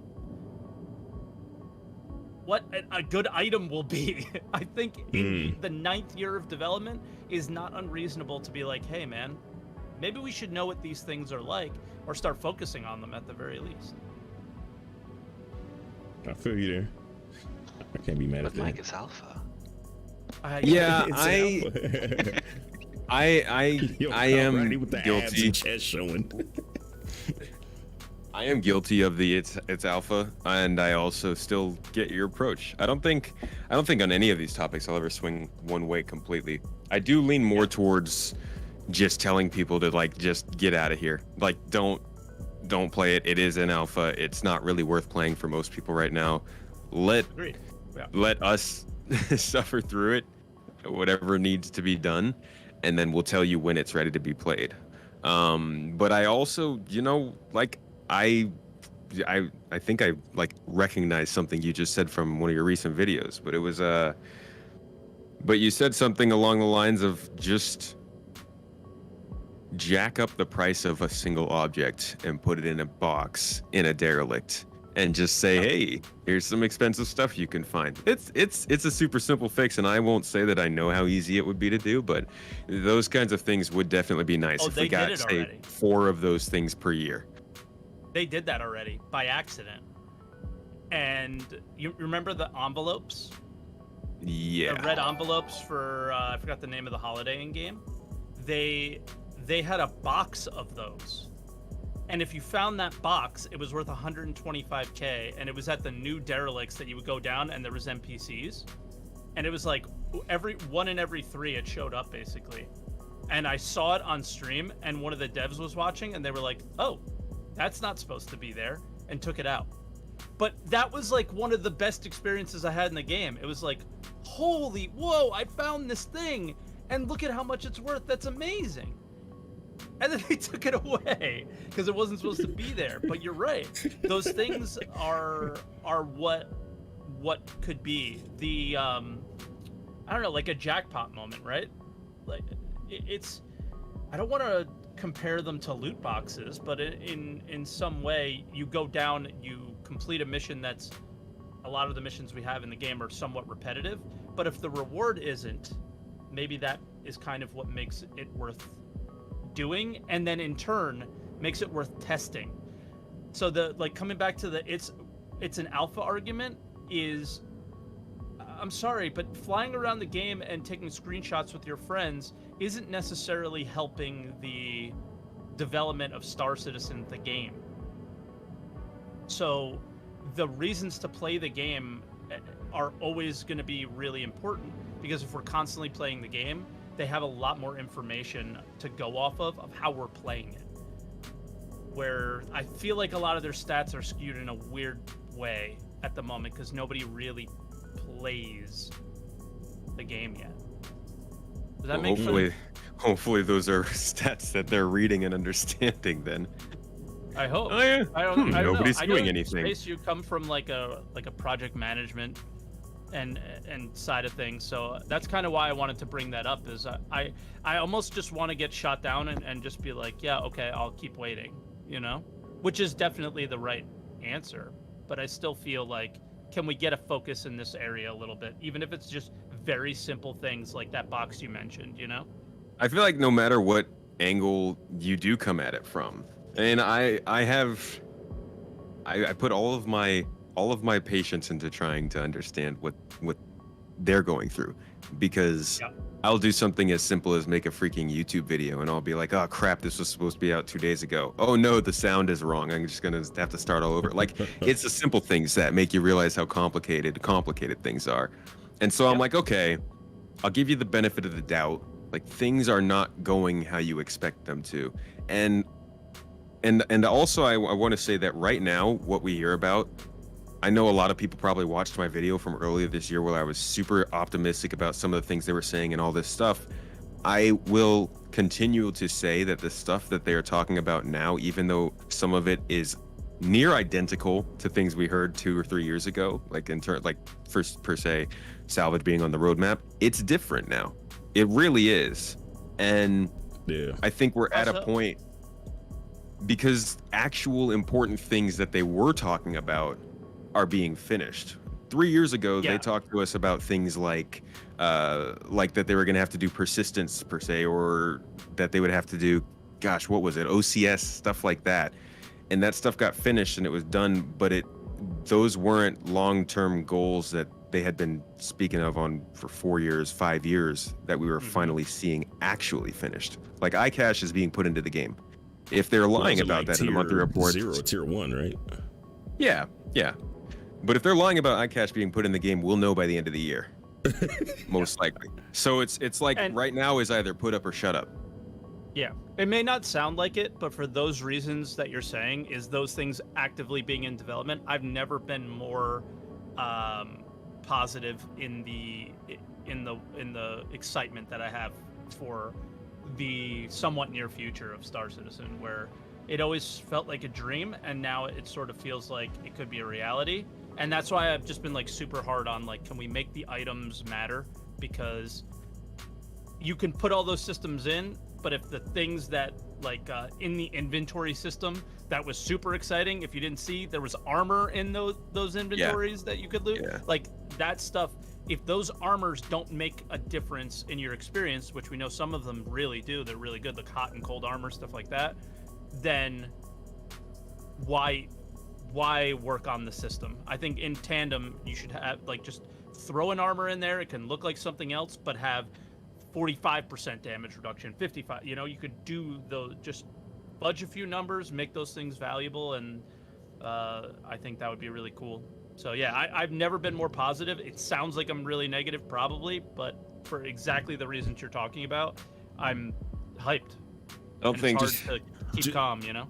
Just real quick, I just want to mention that mention to everybody watching, we got a rule in here that we don't acknowledge the chat while we're doing this. That's just for this type of stream, so I just want to make sure y'all know that nobody's trying to ignore anybody on purpose. But I will open it up at the end. I don't know if these guys want to hang around, they can, but we'll open up to start talking to the chat at the end. But for now, we're just gonna chop it up like this. Sure. That's my PSA. Oh, I'm looking at Salty. I see all you need is the beard now, man. You got your face just about right, man. You just need some facial hair, man. Hey, that should be a topic. Where are the beards? Oh my gosh! Man, don't get me started. Don't get me started on hair. Right? Yes. we probably both on the same page on that one, man. Yes. Man. Gosh. I was just talking to Meyer about that the other day. Just the hairs. You guys remember? You remember when they were bringing Tisha Pacheco into the game? The dreadlocks. And she was, they were like, we're finishing up on the hair tool. It's almost done. If we don't get it in the first patch when she comes in, we'll get it in the next one. She still doesn't have hair. I mean, that's not important. I don't care about it. He did mention it in that video this afternoon. Today, really? Okay, yeah. See, I need to watch that. It's I wouldn't mind talking about that because I haven't gotten to watch it yet. A brief mention, but he mentioned it. Okay. Space, would you bring, man? Oh yeah. So I got a question out of left field. I like to do speculation questions. It's a little exciting. So I was thinking about, what was I thinking about? The topic's been popping up lately. The game is big. The systems are much bigger than Stanton. I've seen it in a couple different places, and I was thinking to myself about travel times and all that stuff and how people are going to play this game. And it came up in my head. I was thinking a good question to ask people is, are you the type of person who's going to live permanently in that one system, really know that system, and go out on like voyages and expeditions to other systems, or are you the kind of person who's going to be more nomadic, live on your ship, spend an equal amount of time in different places? And why would that be your approach? I think if we were to go back to some of their responses, CIG's response to that is they want to make travel matter, right? So to be able to, especially when we have these large systems, for them to keep the scale of those large systems, the points of interest, those large distances between some of these, these large distances between these points of interest, they will have to have, a lot of detail and purpose of to actually hang around certain planets or so, or if you have certain things to do in your ship, you'll have to put in that kind of aspect if you want to be that kind of nomad. So I would say that I personally would really like to do both, and as a result, because I definitely have been following that whole discussion of persons wondering about the whole, because Stanton honestly is a relatively small system when we're looking at distance. I even saw a post somewhere where someone was saying, okay, starting off the game when it's fully released in a small ship may not actually be a good idea for you, and I wouldn't agree with that, because again, there is always a purpose to getting to starting off the game with a small ship, but to answer your question, if I can remember your question because I've been rambling, is I would say that I'd be interested in doing both, but it begs the question of the amount of elements for whatever framework that they have, ultimately speaking, that would be needed to solidify the quality of what exists around the planet, or what exists that you can do as a nomad. What are the missing elements? And that is something that I've been very curious about. If they have an established framework, just as how we're getting to a point where they may have a framework for what a star system may have, or the ideal framework, if they have a framework of what the scope, where the scope lies for the game. Because if you don't have a framework for a game, in terms of gameplay, in terms of locations, etc., then you wouldn't really know what is missing, right? You wouldn't be able to really define fun, especially for a video game. So, yeah, that again, the answer is both. But my curiosity is what is missing and what they would like to put in terms of their framework if they have one. See, I thought you was gonna have a different answer because your boy had told me that your plan was to go off and live with the alien race, and you had learned the languages. What language did you actually learn? Which one was it? Yeah, it's Xi'an, the Xi'an language. I haven't gone back to it in quite some time, but yeah, I'm actually very, very interested in the xenolinguistics of the Xi'an culture and everything. But yeah. Did you learn it enough to where you could say a sentence? Yeah, I learned it enough where I could have held a conversation, but that was like as soon as the whole language was first released, I spent a couple months to 3 months just learning it. But it's been a while, so I've forgotten most of it. I'm still having trouble learning a language of a country I've been living in for 2 years, man. That's pretty good for a couple months. Yeah, that's crazy, man. I wouldn't stay in one system like that. I can't imagine the bulk of people would make one system. Maybe people will have a system as their home and they'll make their way back there, but I can't imagine where you just learn that system and you work it, and that's most of your gameplay. Or at least I can't imagine that being, because all the different stuff out there, everybody has to have a little bit of exploration in their body. On Elite Dangerous, not everybody was an explorer. I wasn't an explorer, but from time to time, you got to get out there and take a peek around, man. There's more to see than it's like people that don't leave their hometown. I don't see how they do it, man. There's so much more to see. So you actually, that's a good point you brought that up, because that's part of why I asked the question. In Elite Dangerous, I was the kind of explorer who stayed in the bubble, but I would go out on voyages, and I'd go out and then I'd come back. Whereas I know some explorers, they go out and they don't come back for years because they don't consider that their home. They spend all their time just traveling. And so I wonder to myself, is that going to be a thing in Star Citizen? Are people going to do that? It better. Yeah. For me, the ships that make me feel an emotion or some kind of wow feeling is when you walk through the internal parts of a ship and go, I feel like I can live in this. And the two ships that really stuck out for me were the Carrack and the Mole. Those felt like homes. Where this feels like a hotel, right? But those feel like homes. And I don't know if that's how I'm gonna play the game. I really don't. But I feel like because of the way those two ships, there's something about it, and that idea, and especially how Kalrati was talking about earlier, and I think this was before we even started, that he logs out in the bed of his ship, and I think I might try to start doing that more often, even though it might be a little bit risky. Be very careful.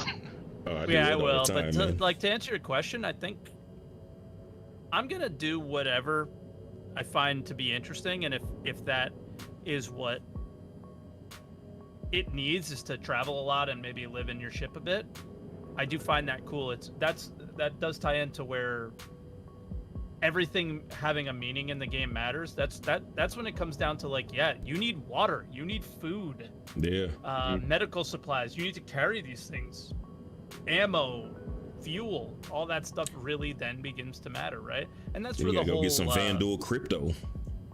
right? That's where the whole Star Citizen experience starts to make sense, and the things that they're working on starts to make more sense when you put it in that context. You know, that hey, this is big, and you're going to be out there, and there might not be a landing zone that you could reach. Space. It's not easy. Oh, I want to get your answer, but first, I need to acknowledge that you walked in the captain's quarters with your bra on, man. You walked in rocking the bra, man. That was. I don't know. I wasn't ready for that.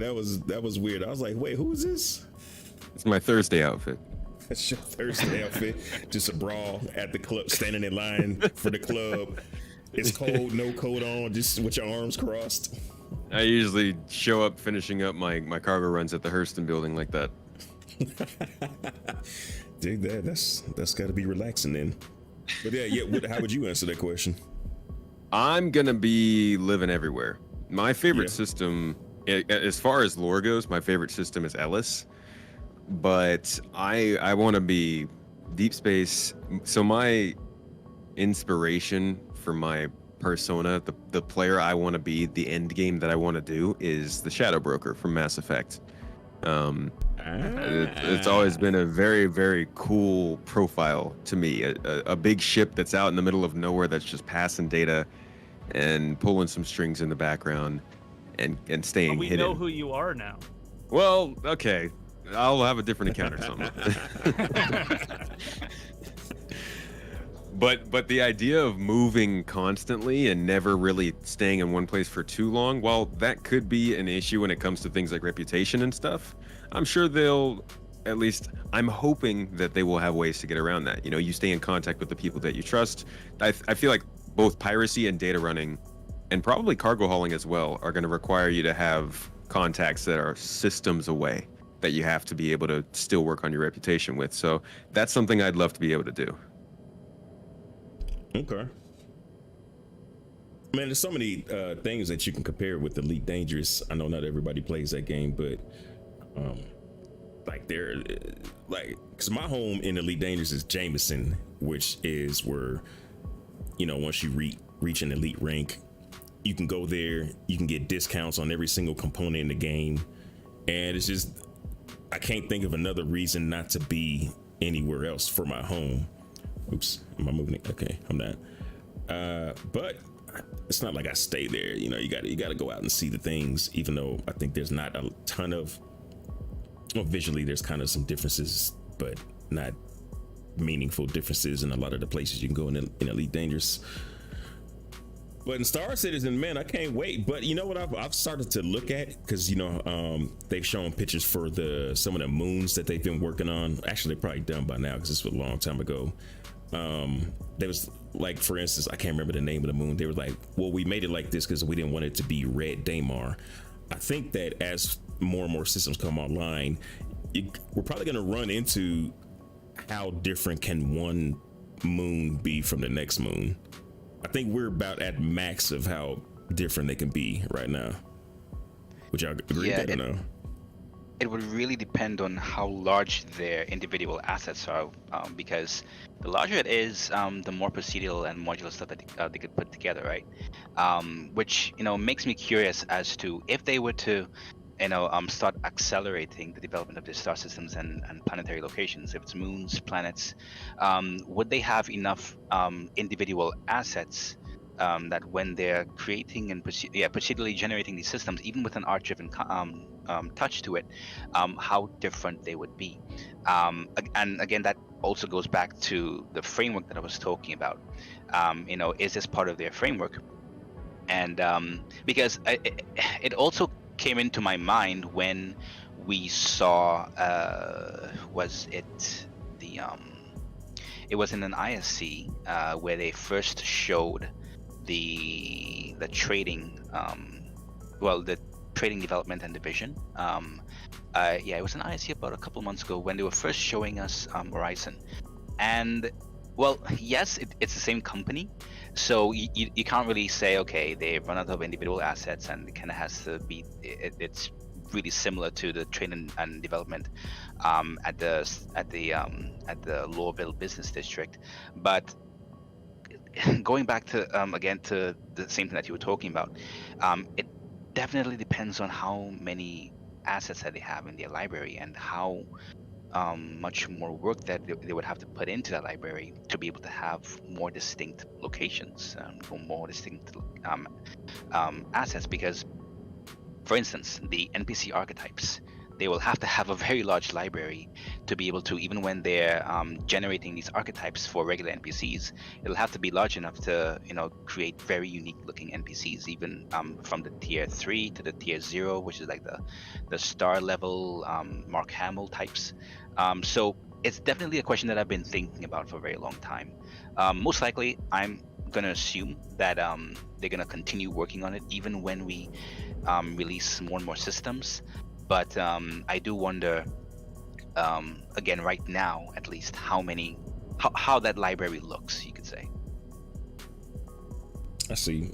I mean, that's a lot of good grief, man. Just hosting all those assets would be ridiculous, man. But work itself to make everything look unique, I just don't think, especially if they want to hit that 100 systems mark that they're talking about, it just doesn't seem possible. But what is it called? R-Corp didn't seem possible. A planet Coruscant, it's like a Coruscant, just the whole thing is covered in buildings. I mean, they got to cheat a little bit, but I didn't think that was gonna be possible. So you never know what kind of rabbit they might pull out. Hey man, Cal, you bring your topic up, and somebody lead us to another room, because I'm tired of looking at this room now. All right, sure. I actually, real quick, I had something to say about the moons. Yeah. Okay, that's no moon. You had mentioned you'd asked about whether or not we thought that they were getting towards their ability to keep creating diversity in them, right? Yeah.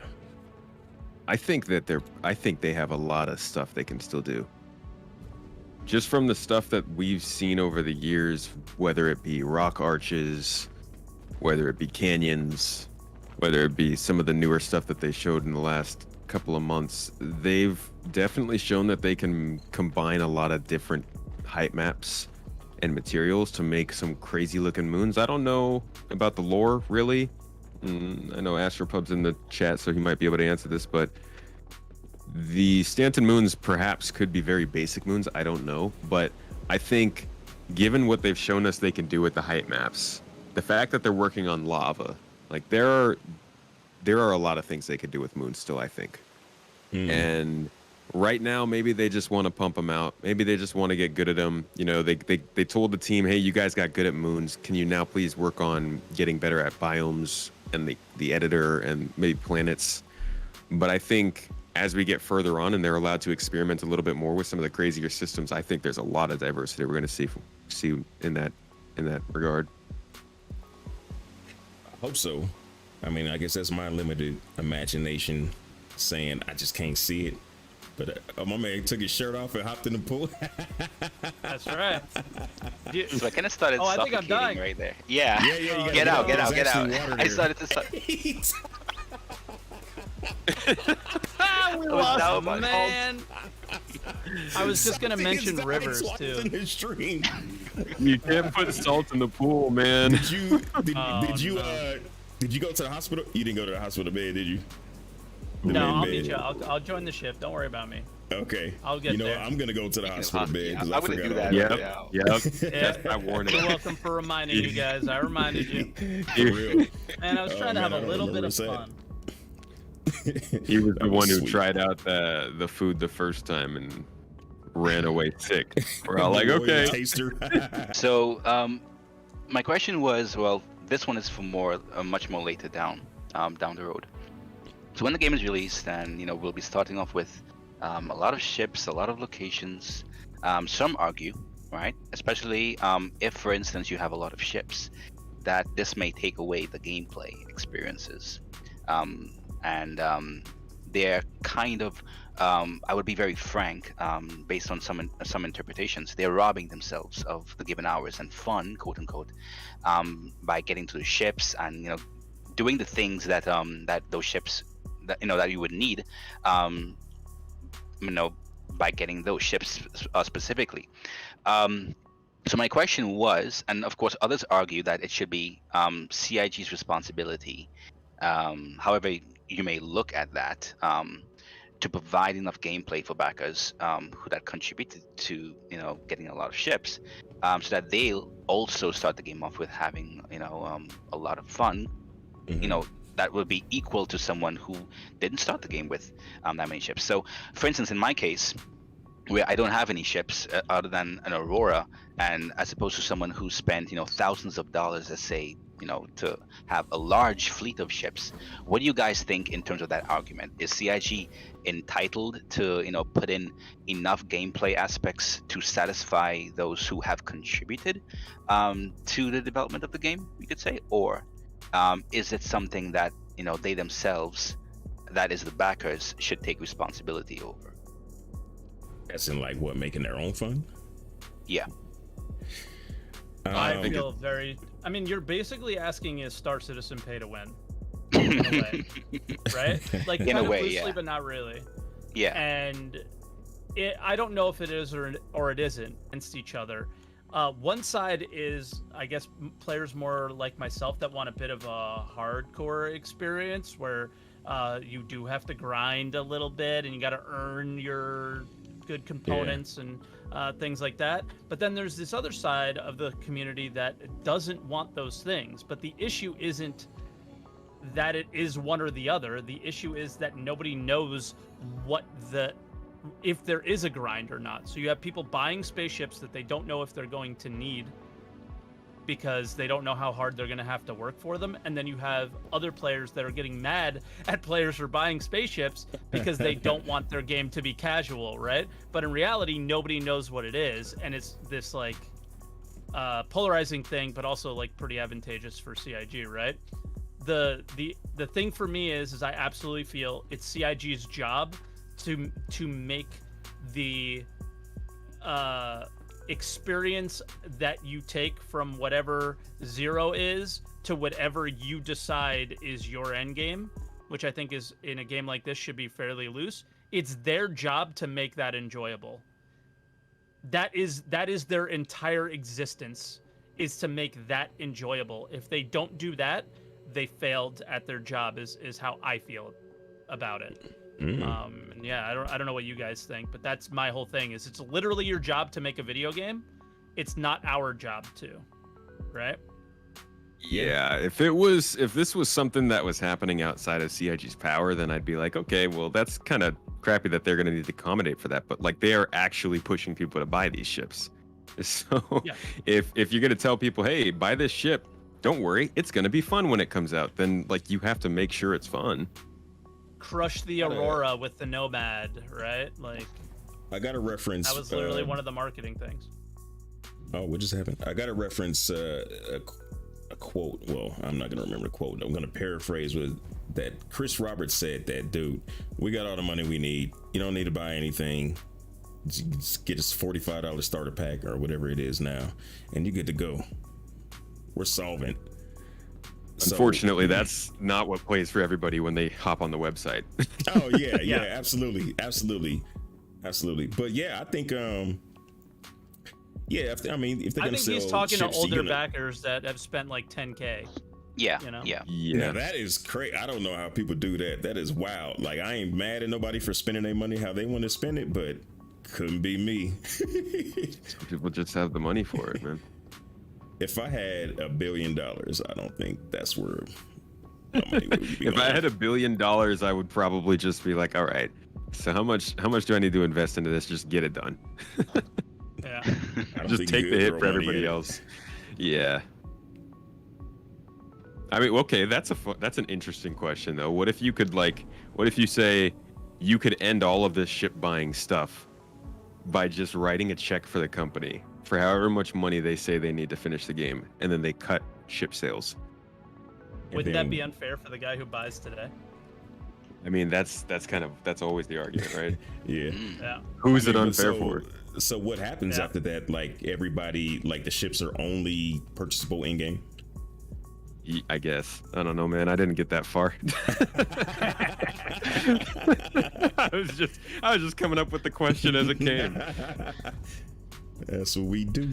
They've gone too far. That's why, like at the beginning, you just have to you just have to accept that ship sales are either pay to win, or they're not, and you hope that they're not, and that the whatever reputation aspects they put in the game prevents that from being a major issue, even though it still will be somewhat of an issue.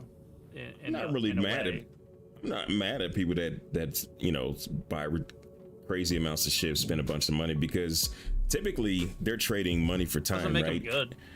Yeah, that's where I was going with that. Doesn't make them good. A lot of people and I hate to keep going back to GTA Online, like they would buy everything, all the shark cars, and just buy everything, but they kind of sucked because they didn't have the time to put into it and get good with it. So, Mike, are you just hanging out at the space station? I just see you just sitting there. No, I died a couple times. You too good for us, huh? I'm just kidding. No, I'm on route. I kept. We're getting dying on shot. the way out Are we to getting shot? We are getting shot. We're getting shot. Time to go to the church, man. Stations. Oh boy. Stations. I did not bring the right ship to come here. Then, dang.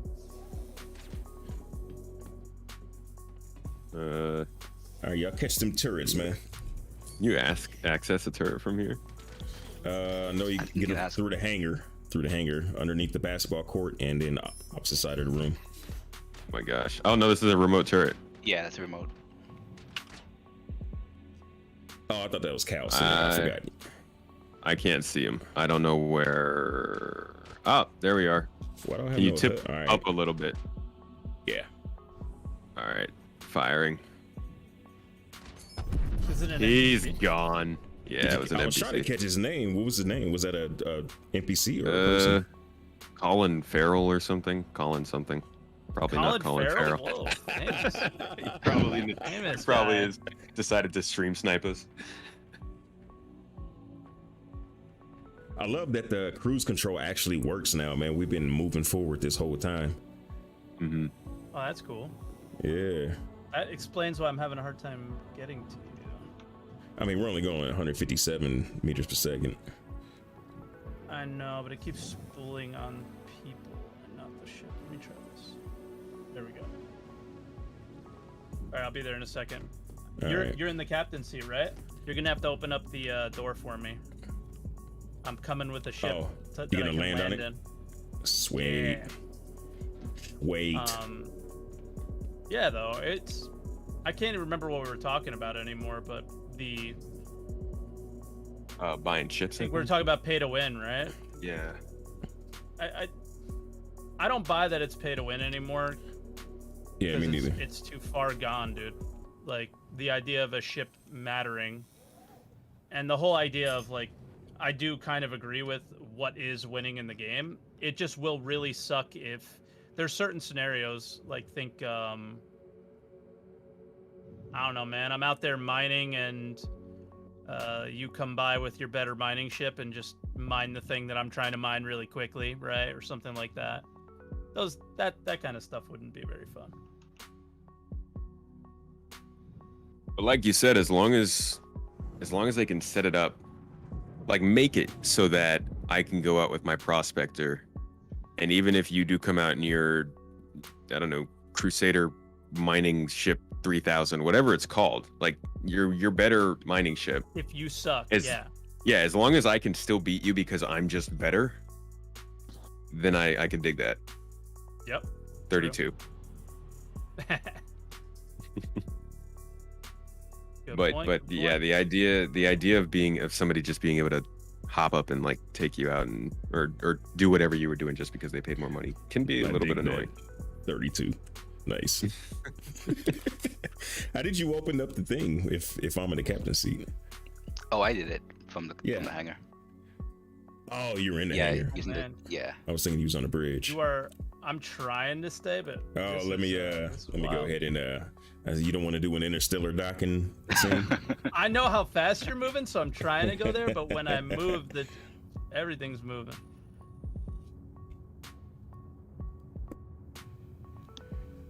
Yeah, let me slow. So that takes me to my my second question, which is a little closer to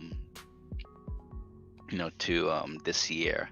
It has to do with server meshing because again, this is something that's people get really excited about it. Some persons hold off their expectations about it. But given how certain features come into the game, and of course there's always a tier 0 and then a tier 1, etc. What are your initial player count expectations for the first version of super meshing, and why that why is that? Why do you think a certain that player count, why did you choose that player count? Or Wow. the very, very first implementation, like when they first introduced it to the game, I don't think it'll change. Okay. I think that it'll probably stay at 50 player servers, and they'll try and fit more than one server into the system. And better performance. Yeah. But Because now it's 50 yeah. players around a planet, right. not 50 players in the entire star system, right? Right. Is it Yeah, per planet or is either- it- Are you asking how many Either in an that- entire server then? Maybe that's what he's Yeah. So say you jump into the PU, because from what we understand, with regards to a shard, you can't really, go from one instance to another, right? So, arguably speaking, what is your expectation on the server population if you were to go into the PU? What is, what do you think that first player count would be? If it didn't change or if it's going to increase? like, will they exist like that? Isn't it like per is it not object container? Well, yeah, kind of object container streaming, right? Doesn't that play Yeah. into that? But at least from what we understand with saying the a shards, shard. yeah, Yeah. for the shard itself, because you cannot transition between a shard. A shard is like what we have now, but the only difference is that it will have a mesh of servers as opposed to one server managing a group of players. Yeah, So you you're know saying the what? shard is going to be made up of multiple servers? Yeah, correct. Correct. Okay. So how I understand it, and this was like from Spectrum, is they're most likely going to do the EU, Australia, and US, and maybe it's like EU 1, Australia 1, US 1, that kind of thing, and then each planet would be its own server. So if you were to do that, I totally agree with Space that each server within a shard would be 50 players. Then you have Crusader, ArcCorp, Microtech, and Hurston. So you think in And- total it'll be about 200? 200, yeah, maybe. And then when you're in quantum travel, you just skip. You cross over a server line, right? Right. That would Okay, be my okay. guess. What about you, Dick? I only care about me. There's going to be one person that they're going to As long reduce it as to you're one in the- person in the server. If I'm in the server, that's all that count. Game Nah, succeeded. I don't know, because I haven't been, like, I've never played World of Warcraft or some of those games where you can get ridiculous amounts of people into a shard or whatever the term is. So I don't really have the background to have an intelligent answer. I can tell you what I've seen people say. Like, some people will say this with absolute certainty, even though there's no way they can be certain. They're like, man, there's going to be 100 players per server. There's going to be 500. I'm like, I don't know. And I don't think y'all know either, man. So not you Nope. guys, but No, the we people don't. saying that. Now you got to trust them, Dig. Yeah, I guess They so. know. The Redditors know. The That's Redditors right. know everything, dude. Hey, Redditor Wall Street knows. Hey, I guess that'll be another stream. Man, I gotta say, this I don't know if you call this a great room or whatever this big open area is, like the lobby kind of area with all the stairs and stuff. It is incredible to be in, like quantum Yeah, I'm just traveling hanging out, or looking out the anything. window up here. Yeah, it's awesome. I can get on board with that. Awesome, awesome. What other questions y'all had? Oh wait, we had the 2 hour mark. I don't know what kind of time you guys got. Do you guys got a break or? I can hang for a little bit longer, but not much. Yeah, I can do a little. Yeah, It's 11 at night here right now. Oh, okay. Yeah, you probably get up early, huh? I'm supposed to. Yeah. I'm supposed to, but Supposed to don't always cut it. I guess I should rephrase. I get up early. I just don't get to work early. There it is. Oh, here you go. Somebody's trying to snipe you. You see it? Nah. What are you talking about? Somebody called you, Oh. trying to get your marker. Oh, is that? Yep. That You gives ever your marker see away join if you direct answer message? Really? No, even if you don't answer, they can get your marker. I didn't know that. How can that give you a Yep. marker away? Does that put me on the? I don't Because know, we're not in a party but with it's- them. How does that work? I don't know, but they get your marker like it's a party marker. Wow. Messed up. Okay. Yep. Yeah, CIG, fix it, please. Been that way for a while. I think about a year now. It's gonna be so weird. Who is that with the? That is Salty. That's you with the armor and the gun on. Yeah. Okay, so I'm wondering how much of a hassle that's, because you know how it takes so long to change your clothes and change the armor, and you know how in the future we're not gonna be able to like just hop in a fighter with all that stuff on. I can't see your armor, so I don't know if it's heavy or not, but like you have to change out of that to be able to fly in a in a tight cockpit. I hope that's the way it is. I thought I was do gonna too. hate the eating and drinking thing, and I love it because it seems more reasonable. It's not like most survival games where you run for a little while and then all of a sudden you're dying of thirst. You know? Arc. Yeah. I do hope that they build in buffs to the system to make it a little more interesting. You know, I don't want it to just be about staying alive. I also want to be able to eat and drink to actually gain something from it. But that does seem like something they're doing with the tier 2. There's some if you eat a certain, I think it's a mushroom on Microtech, you gain health, and there's another thing where you can gain I think a little bit of stamina or something. That's So cool. it's kind of there, but yeah, I think they're gonna build on it a lot more. Yeah, I mean, as long as the bones are there, that means that they're thinking about it. Exactly.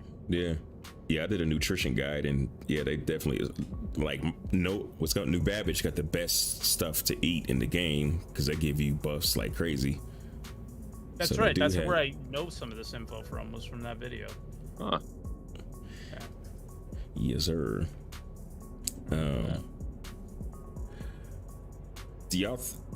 Oh, you know what? This is what I missed, and maybe y'all caught it better than I did. I know somebody had asked on the last Star Citizen Live. Somebody asked if they were gonna do custom HUD colors, and they were like, "Well, no, they're gonna do like it'll be manufacturer specific." But then I also feel like they kind of left it open that it'll be manufacturer specific, but then maybe at some point you can do your own custom HUD colors. Is that something y'all would be interested in? I've never really Absolutely. cared. It's two wildly different answers, but I've just I think not it'd be ever thought about dangerous. it. Never thought about it. Yeah, But I you played guess Elite Dangerous though, right? a little bit. And that's the thing. Oh, okay, Elite not Dangerous and much. Star Citizen, these are the first two games I've never played a space sim before this game. Me I neither. grew up on the Well, Nintendo before 64, the Xbox, the PlayStation. I got into PC gaming with Star Citizen, so thinking about customizing a HUD isn't something I've really put much thought into. But I can say that I was just working on a video for this actually, and they did say after that they are going to allow for custom colors. Not necessarily we pick the colors, but just different colors. Oh, okay. See, I put I got thousands of hours in Elite Dangerous, and you get tired of seeing that orange HUD. And it was crazy because it's so easy for them to be able to give you some options for that. You can do it without their help on the PC, but you can't do anything about it on a console. And so I made a video and I was like, well, I'm not going to change my HUD colors ever until the console people can change theirs. And I thought it was so why don't you just do it? And they can't. I don't know what the difficulties could be, because if you change it yourself, then you're gonna mess up some of your other light colors, like for your HUD when you're on foot in Odyssey. But Yeah. I mean, they still gotta have a way around that, because that I orange would is really like, grading. for it to come in, especially with with the progress of building blocks. I'm going to assume it's easier for the developers, and if it's easier for the developers to change the colors and such compared to the whole Flash approach, I'm going to hope that it is even though it's just cosmetics, it just adds some extra level of individuality for the player, and I think Absolutely. for a lot of players wanting that individuality and that ability to customize what they have, what they own, is going to add some flavor to their own personal appreciation for what the game is. So here's hoping with building blocks. It's easier for the devs, and it's also easier for them too. That actually no, I'll wait. I think SaltEMike wanted to comment on that too. No, I just kind of said, yeah, sure. I'd want to be able to customize. I don't really have much to it other than I'd actually like to be able to customize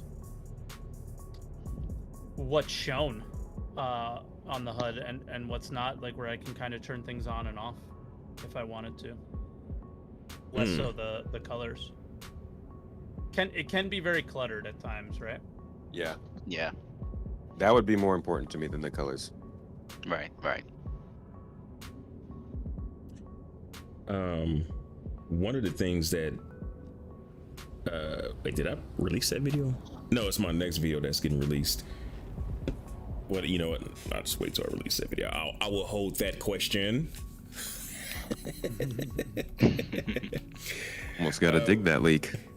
That's almost.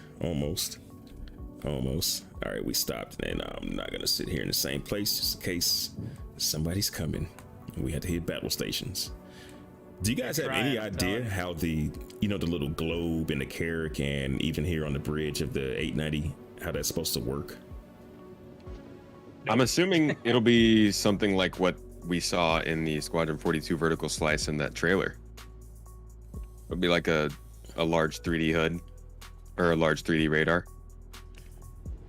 So it's gonna be more of we a should be radar. able to see some dots or indications of whatever's on within the area, and we may be able to select it or whatever is on that globe. So, and judging by what they've said about being able to pass targets and map data between each other, I would suspect that at least for ships that have long distance probes, you'd be able to see space from that probe's perspective or space from a Terrapin's perspective.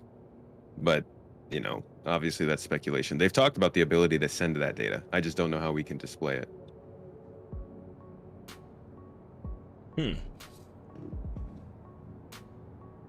So do you think when we actually got probes, like in the Reclaimer and I forget what other ships, the Carrack, do you think it'd just be like flying the ship, or do you think it's gonna kind of be a different thing altogether?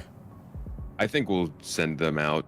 I did a video on this last week because they talked about it a little bit in that Star Citizen Live, but I think it's going to be kind of like the drones where you send them out, they can fly, they have a quantum drive, they have a destination, they go, they get there, and then they do the same thing your ship does. Yeah, they said this is long distance and intra-system. Okay. So you send them out across the system and then they ping. If they have a quantum drive, I'm gonna need them to put at least a tiny, barely go anywhere quantum drive on the MPUV. Have you guys ever tried to fly MPUV from like a station down to the planet? It'd take forever. Every day for not Invictus, the other sail. Oh man, IAE. When I was at Microtech, I would take one of the ships from that day, and on Argo Day I flew it down all the way from the Port Tressler down to New Babbage. Oh, it's a beast. Do not recommend. Yeah, I'm with you on that one. But yeah, I mean, the idea that these like tiny ships don't have quantum drives is so silly when the scale of the universe is so massive, right? Like flying across a planet should not I feel like CIG like at times like doesn't respect your time or the way they're designing the game. Like get in this elevator, drive on this train, then get in another elevator, then wait for the door to open, then fly out of atmosphere, then quantum travel for 10 minutes, and then you can do what you want to do. See, I'm not mad at that. I don't mind living the life of, or doing all the things of somebody that's living a life of. This dude Obsidian, and he says that quantum travel times are too long, and super cruise times are too long. And I'm like, well, that gives me time, like in the future, to do some, like, I don't know, put a pizza in the microwave and eat it, and sit down with the homies while we go travel somebody and plan out what we're gonna do. I don't mind, man. Do you mind space? You mind, Cal? No, I actually the time taken, sometimes it can get annoying to me, but I think I've just gotten so used to it that it doesn't really bother me that much. I factor it into the time it takes to play, and that honestly is the annoying part, is that if I'm gonna do something in game, I gotta schedule out like 2 hours at least. That does get a little bit on my nerves, but the act of actually doing it has never really annoyed me, because that's what I always thought of the game as anyways. Can I rephrase it in a little bit? Because I don't disagree with what you guys are saying. Yes, you I may. guess it's more along the lines of you die to a bug and you got to do it again. Yeah, now that can get wearing. You know what I mean? Yeah. Like, look at how long it took me to get back to the ship. You guys were 1,000 kilometers from me. Took me a while. There's some truth in that, but I guess once the game is fixed and we're not dying of bugs, then maybe that's a consequence. Like, yeah, it's alpha it comes down to what Space was talking about. Like, will you live out in space or will you live on a planet? I mean, these are the choices that you'll make. And now, the more I think about it and how much I hate the terrain and this stuff, that I'll probably just live in space, right? Because then you avoid all that stuff. You just walk up out of your bed, you get in your captain's seat, and you go about whatever you were doing. Yeah, man. It's like working from home. Exactly. You're already right there. I like how there's insurance. I'm gonna be a work from homer. I like how there's insurance to allow you to spawn in your hab. Like, did y'all see that stuff? I know y'all seen that inside Star Citizen. Yeah. The company, Yeah. The insurance company. Yeah. Like to spawn in your hab, which I don't think many people would be. Because the quickest way to get anywhere right now is to spawn either in Port Olisar or spawn at any of the space stations. I can't see, unless you got like a bunch of supplies and stuff inside of your hab, I can't see choosing, especially paying more to spawn inside of your hab. Especially if you got those same things that could be in your hab already inside your ship. Well, I guess, there would be some convenience, especially when personal inventory comes online. It may be and of course cheaper, because you have to do things like consider life support systems. We don't even know how if that's going to be part of the repair, refuel, reservice aspect. Yeah. So it coming from your hab as opposed to living on your ship may be cheaper, but of course that doesn't mean that they would make it cheaper enough to just literally discourage people to live out to not live in their ship, because I'm sure myself also included, I would also definitely love to live on my ship for an extended period of time. I think it would be cool, but it would be for me like going to like an Elite Dangerous. I keep saying that, Elite Dangerous, like when people visit the middle of the galaxy, like Sag A or just some far out place, like living on my ship for a while, but then after a while I gotta come back to somewhere. That was something that somebody had said when they were complaining about the new update in Elite Dangerous, was that they were somebody who's been gone from any real normal space or star systems for like over a year, and they didn't want to have to return to some random star system to get a suit that was released into the game. And I was just, that's what really sparked that thought in my head. I was like, wow, that's crazy that you are in a position where you just straight up don't want to return to civilized space because you've been out there so long. Those are the hermits, man. We got those on Earth. Yeah. I think Down to Earth Astronomy did that. Went out to Sag A or somewhere and just stayed there for months, if not a year or more. I don't know. but he does a lot of mining, and you know, he was in a place where he could do that, and that was his gameplay. Me, I gotta go. I would probably get bored if I don't see somebody for a long time. I know it's kind of weird in a video game, but I think it would be true for me. Well, I guess that's, you know, because of the whole design behind Star Citizen, right? Part of the design, at least I think one of the fundamental design is having some kind of social aspect. Even if, you know, you're not the type to be in a large org or even a party, you know, they're basing part of the game design around being able to interact with other players. So not being able to at least meet somebody, you know, in Star Citizen isn't something that, you know, I think the devs isn't something that the devs want. They want persons to interact with each other in some small way or fashion. So, you know, I think I can totally see where you're coming from with that. Saluting gluten. What other you guys brought did you guys bring two topics, or because Kalrati he spit to space and salt? Did y'all have another topic that you hadn't unleashed on us yet? Well, I kind of had something about base building. It's another speculation question, but it was just more about I don't really get to talk to people about the base building much, and so I wanted to hear other people's opinions on what they want to see from it. Though all we know so far is that the Pioneer can be used for base building, but I was wondering if people were interested in seeing more low-level building mechanics with like handheld tools, or if people wanted to see it kind of restricted to those ships so that it was a very serious thing. You had to become a professional at it and like really work towards it so that people came calling for you. Because, you know, there's a lot of games that have casual building out there, and I always wondered if Star Citizen could fit that in or not. Man, I would love to see it as detailed as possible. Like, I'm a big fan of Fallout, like the base building on Fallout 4, or the settlement building, I guess it was called. And yeah, I like building something custom. I don't think we'll be able to. This dude getting naked with the bag on his head. I would love to see something like that. I don't think they'll do it, but I would love to see it. But another point, something that you just mentioned was like having people that specialize in that skill. And one of my guys, he had put together this pitch for something that they could add, and it was really detailed, where you would have to basically level up in a certain skill to be able to do some things, which I thought was great because it has value, and it creates value in taking the time to build a specific skill rather than everybody can do everything the exact same way.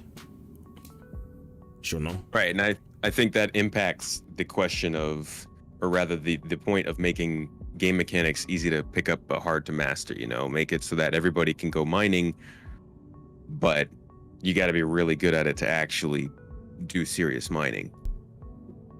Yeah, I think that would be great, man. Like, it should be, well, I don't know about should, but it would be great if it was like an unlockable skill. Like, you got to put in hours to be able to do tier 2 mining or tier 3 mining, as opposed to, you know, somebody who's just playing, like, who's usually a bounty hunter, but they want to do some mining, then they can't do it as well until they put the time in. So maybe it might be worth hiring like a tier 2 miner to come help you out, or a tier 2 builder, settlement builder. And when it comes to this economy, baby, like building blocks, right? Building blocks, and you get reputations with those companies, and it's a lot of work to get that reputation. So you can't have the highest rep for the mining guild, the builders guild, and the bounty hunters guild. You got to kind of choose your path, and in some way you could do a little bit of everything but not be the highest rep with it, or you could try and make some choices. I think the big thing that CIG has been talking about over the last, I don't know, maybe year and a half, is they really want to provide a lot of choice in the game, whether it's the choice of ship, choice of weapon, choice of armor, choice of clothing.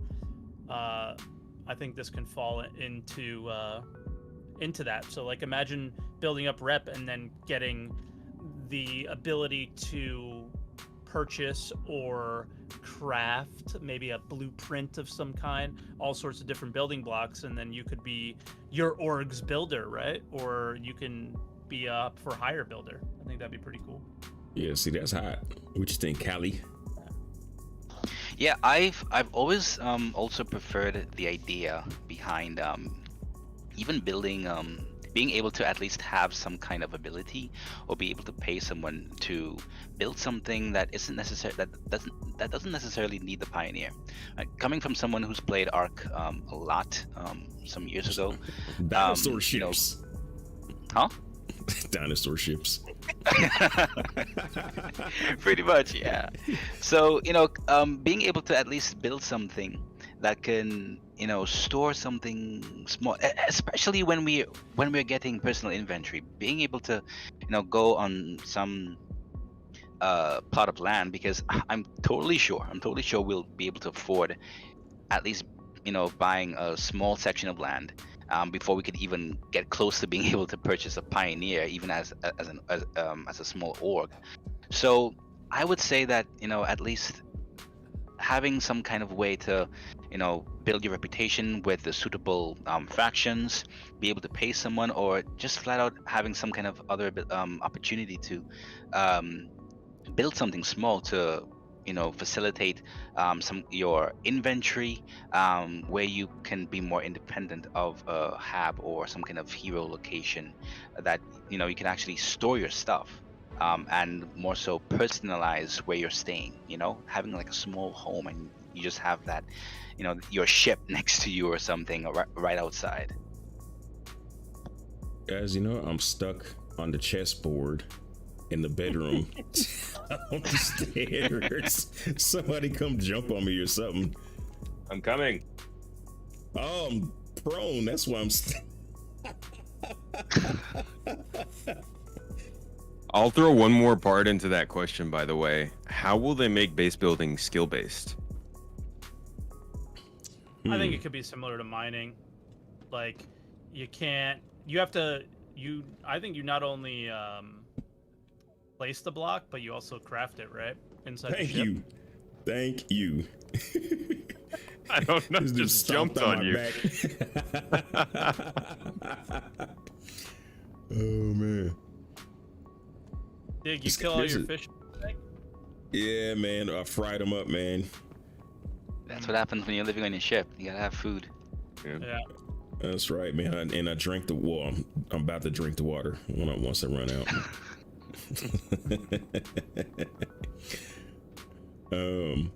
Yeah, that'd be weird if you're like a low-level base builder and you just build like just a little ramshackle city, a ramshackle settlement, falling apart, foundation don't exist. You just cover an entire. You make a low quality R corp. Yeah. Oh man. Look like Yeah, Fallout. I think being able to build as I wouldn't say a new player, but you've bought a prospector and you're able to refine stuff maybe at a station, and being able to at least pay be it an NPC faction or some more experienced builder or player, without the need for a pioneer, would open up some more aspects in terms of, for instance, you can rent certain places out. If someone just wants to crash at in a certain star system and there aren't that many stations around, if they just want to stay on this planet, maybe you can rent it out, or just do something for someone else. And of course, in terms of the skill part about it, yeah, I can definitely agree that it would also be dependent on other professions. And similar to the whole refinery aspect, where they were talking about, where it kind of depends on refining the right kind of ore in the right kind of way, depends on how you can actually do it properly. And I think it was a ship that you were talking about. So based on the refining process, maybe it will be similar to if you have certain materials from mining and refining, you kind of have to do some kind of process that requires your skill or kind of knowledge of something to craft, if it's a wall, or I'm hugely theory crafting right now, and it may not actually make any sense, but something that actually kind of defines how well it'll turn out based on your skill. So skill, if it ever became a thing, which I don't think it will, I would love it, man. I would love it, because then you have a a reason to just stick with something to get really good, and you kind of separate yourself from the crowd. Because most people are just gonna do whatever suits their fancy for the moment, and then you have people that are like dedicating their time to building a certain skill. But I just don't see it happening. Do you guys? No. No chance. I do. I think it will. Yeah. Maybe I didn't understand. Do you mean skills, like leveling Like up? Like being better at the game than tree. Oh, no. Yeah. Oh, nah, I don't see it happening. No. I thought you meant like people growing their actual skill and getting better at doing something in the game, setting themselves apart. I think that'll happen. Yeah, absolutely. I mean, we got that now with, well, mostly combat, some mining, and then trading is just having, you know, the information. I usually go get the information. A lot of people just wait for me to get the information, and then they use that to go trade.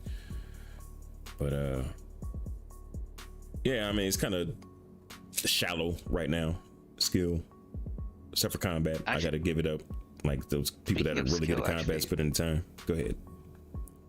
That actually makes me wonder what the calling of devs will be like, and how the whole hacking UI will be. Because I think Richard Tyra, he's going to talk about that tomorrow. I hope they show us something, other than just him speaking. That is. The hacking. Yeah, Star Citizen Live sounds good tomorrow. It does. Yeah. It does. I love it when it's going to be a good Star Citizen. Like it's hard to concentrate when it's like they're just like designing something from scratch that may or may not be in the game, for me anyway. But when they talk about stuff like that, I'm all in. I'm all in. And man, they took away my shirt. You know that shirt that new shirt at New Babbage, where it's got the little video game like animating across your shirt. Did you guys buy that? Oh yeah. Too. I got rid of it. Well, no, Nah, it's just not in my inventory. Just lost it. Yeah. Yo, I like how your feet is swinging off the couch. Yeah, yours are too. You're too short, they can't reach. You guys are too short. Oh, it's a bummer because his feet ain't touching the ground either. And Space Tomato's kind of floating like a Jedi, just a few inches off the ground. True. Yeah, it must be something wrong. Oh, he breakdancing, baby. He breakdancing. Yeah. I'm bringing the heat. Yes, sir. Yes, sir. I got one question before I have to go. Okay. Do you think the Star Citizen marketing videos or general Star Citizen marketing makes the effort and hard work that the devs put in makes them look bad? I feel like players and detractors of the game often are hating in a direction and maybe make the devs feel like they're not worth it, or they're not doing great work or things like that, because you see CIG marketing the game versus what we actually are playing in the game. And I think some people get upset and say some things. I think it's like, you know, when you see a commercial with a burger on it and the burger is just like perfect, like no burger looks like that. Or like you know, like some clothing and you see somebody who's like super in shape, like you put it on, it's not gonna look like that unless you are super in shape. That's just kind of what marketing is, man. You making the best possible, you giving people the best possible look, which isn't always gonna match reality. Is about the open development thing in general. I feel like some people, and I feel like I've been guilty of it, of saying, like, I even said it on the podcast, I think, like, do you guys even play your game? Do you know what you're doing? Like making assumptions about the devs' skill or the devs' care. I don't know where I'm going with this, but I know I don't like that's what happens, you know? Because I don't think I've never met a developer that didn't care from the company. You know what I mean? The marketing is definitely, it's the rough edge of the project for me. Like you said, they're doing their job. You know, Yeah. you put out a video for a video game, and most of the time videos don't look like the games. That being said, Star Citizen is the kind of game that I feel they could probably make good trailers in the game itself, but that's not as cool looking. That being said, it's honestly the brochures and stuff that come out with the ships that really like kind of just get me the wrong way. In-lore BS, right? Because that's what it is. That stuff's supposed to be in lore, but it's on the website. That's in real life, you know. Yeah, I don't. Are insane. Yeah, I don't. Especially the G12. And they keep getting more and more insane. Like, I remember the first time we started to get those, and I was like, oh, okay, that's cool. I guess we'll get one of these every once in a while. And then, like, they just became this really, really fancy thing, and I'm like, yeah, that's good, but it also, it's just the front page for selling the product. Mm-hmm. And I don't know, that kind of rubs me a little bit. Sometimes I get a little about the marketing, but for the most part, I think it is a concept trailer, to be honest. How come Kalrati look like he's shooting dice?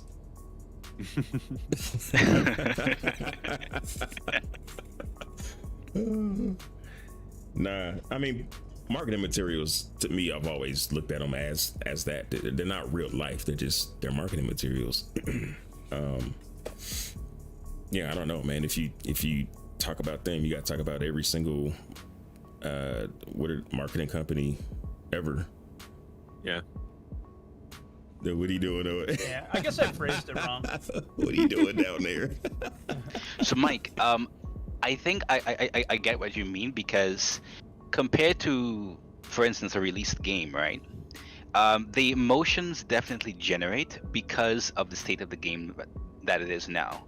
I think maybe 2 years from now, or okay, let me not give dates, let me not Chris Roberts this, but I think when we get to a point where things are a lot more fluid, when there's little to no desync, that we will look at these trailers that they release and think, okay, I'm pretty impressed. I mean, we already are, I'm guessing, but the emotions generate because, even though we understand the state of the game now, the emotions generate for some because we have to live through a certain aspect, and then marketing, even though they're doing the job, it's a different outcome to the marketing videos. So it's like a bit of a double-edged sword. We're impressed by what marketing shows, but at the same time, while we understand, the emotions are still there that marketing is playing a different game because that's not the game I'm playing. So yeah, it's something that you understand, but sometimes you still get emotionally driven in a bit of a rough way when we're talking about the marketing videos. Yeah, I agree with that. When I see those, I just go, wow, all the new players that are going to get excited. And then they're going to see it. What the hell is this, Yeah. That's the only thing that bothers me about those. It's not from my emotions personally. The only thing that I'm mad about is, as far as the marketing goes, is because what was that? It was a two-parter with the two women. Like, one was going to turn into the reunion. Only thing I'm mad about, because I do consider it a marketing piece, is when they flew through that asteroid, and there aren't no asteroids that you can actually fly through and shake somebody off like a hater. I need those asteroids so I could just duck through one of them and let somebody crash into a wall and me just come out looking sexy and clean. I was hoping they'd do that with the new asteroids, but no dice. Me too. There's always that one weird asteroid that looks like two asteroids glued together. You know what I'm talking about? Yep. They're really weirdly shaped. Space is killing me. I'm just doing some sit-ups over here. The animation. He's getting it. Get it. You gonna have mad ass by the time Welcome your back, stream man. done. Let's go. This is my power song was on. I'm all good. Oh man, we done got our steps in today. He done got his crunches in today. Oh my goodness. So what I'm gonna do is this, man, because I know some of y'all gotta go. If the Cal Space, I don't know what y'all's time is looking like, but I'm gonna do this real quick, and then I'm gonna open up for us to talk to the chat.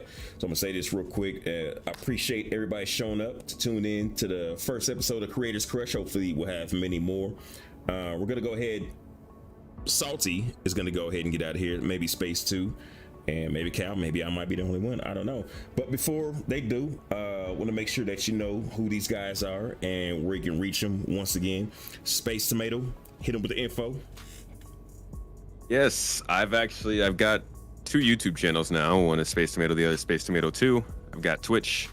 I've got Discord communities. If you looking for an org, we've got a pretty decent org. We do a lot of training. We do a lot of events. People are online every day. And then we've also got a regular gaming org where we play other things like Titanfall, Sea of Thieves, Halo, stuff like that. So really just Google Space Tomato and you'll find something. Well, hell yes, sir. Salty. Same thing. You pretty much SaltEMike everywhere. That's why I changed the name to it. It was something that I could have in most places, and yeah, just making YouTube videos as best I can. I mostly talking head stuff, which I'm not a big fan of. I'd like to do more of guides for the game and stuff like that. I just haven't found my way into it. And then a lot of Twitch streaming, so twitch.tv/SaltEMike. And yeah, other places like Twitter and Discord and that too. I think one of the things I'm most proud of is my Discord community. There's a lot of CIG devs there, and a lot of conversation around Star Citizen and other things. Right on. Killer Cow. Sure. For now, we can catch me on Spectrum. I have a Twitch and YouTube channel that I sometimes work on, but I'm still working on the names and such there. So being able to reach me there may be a little hard. So for now, I'll see Spectrum. There it is. Hey man, y'all know me. I'm dig that, and I'm sexy as a mo. Anyway, thanks again for watching the stream. Appreciate y'all coming out. Till the next time, fly dirty citizens. Again, we're gonna be at least me, if not Cal. I think Space Tomato might have to leave too. Oh, one more thing. I'm super behind on this. Doing a giveaway for the Hercules and the tank together. It's going to be in-game contest. See who wants it the most. And CIG is donating another ship to give away. It's a ship that's long awaited. Brand new to the verse, but long awaited. So we're gonna do a giveaway for that. That one might be a little easier to catch, so just stay tuned. And we'll say goodbye to whoever got to leave. I know SaltEMike has got to leave. You out of here too, Space? Or Yeah, it's almost midnight here, so I probably got to get going. But Yeah, I'm gonna do a very dramatic exit. you gonna walk away in a if huff? anybody if anybody has any questions for me specifically that like I don't get to answer when I leave, I'll come back and I'll check out the comments and just chime in where I can. But yeah, just want to thank everybody for coming and watching and chilling, and thank you Dig That for having us. This is awesome. This is something that I want to start doing more, just get more people in the community together to hang out. So thanks again, man. Absolutely, man. Yeah, for Hopefully real. It have was you a back lot of again. fun. I Both y'all always back love- again. Yeah, it's Yeah, I fun. always love talking Informative. Star Citizen, so anytime if I'm available, I'm in. Right on. Cal, you hanging out or you out of here too? Yeah, I gotta skedaddle. Okay. But like the other guy said, it was really great. It was really fun. Hey, appreciate y'all coming out, man. This dude this dude committed seppuku in front of me. He came back to make sure he did it in front of me. The I jumped proper out of the exit. I went out the docking collar. Which one got that? was wonderful. Kill a We're cow just- with a shirt. Everybody's on. just committing suicide. And the way I'm sitting, it looked like I ordered y'all to do it. Like, die for me. Dig that. All right, Right man. on. Thanks again. Absolutely, man. Thank right, you. Dick. Thank y'all for showing up. Bye. Yeah, take Yeah, care, Thanks everyone. for having us. Yeah, See you later. man. Anytime.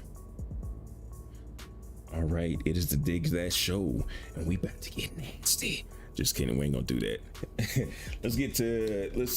let's get some acknowledgments in the chat. Hey, so I didn't get to. We had a hard fast rule about not acknowledging the chat earlier.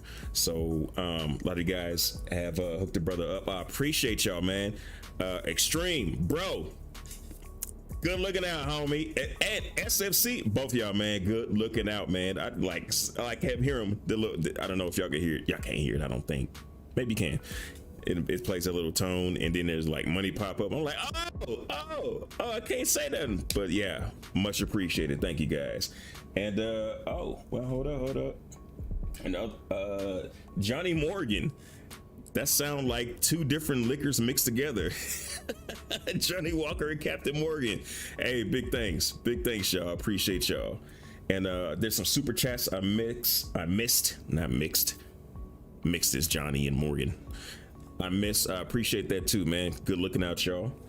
And so let's get in this chickity chat. And all right. Actually, let me get out this chair because I think that's enough of that chair.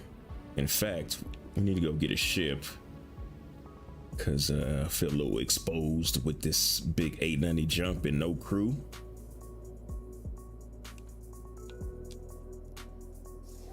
All right. Warp space, what's happening? The chat is the money. They love it when you talk to them. Right on. Appreciate y'all. Big grip in the building, man. That's my dog. Hey, I don't know how many y'all are aware. Soul Citizens, that's Griffin from Soul Citizens. They do shows every Sunday night. I want to say 10 Eastern. I think it's 10 Eastern, man. Just SOL Citizens, man. They do great shows, got some great topics, so make sure to check them out. Let's see. Chat some money, yes sir. Got it, buddy. Great show, man. Yeah, man. Appreciate you, bro. Appreciate you. Would you rather have the 2D radar like we have now, or would you rather have a 3D radar HUD like ED? I think we do, like as far as ships go, like this. Actually, this one's once I jump to the port, I'm pretty sure this is a 3D radar. It just looks a little bit different than Elite Dangerous, but they function the same. I think it's a little bit easier to read on Elite Dangerous, especially with the fact that they've got the like you can tell somebody has their weapons deployed. In Star Citizen, your weapons are always deployed. But in Elite Dangerous, you got to pull them weapons out, and you can tell that on the radar. That's always useful. Here we go.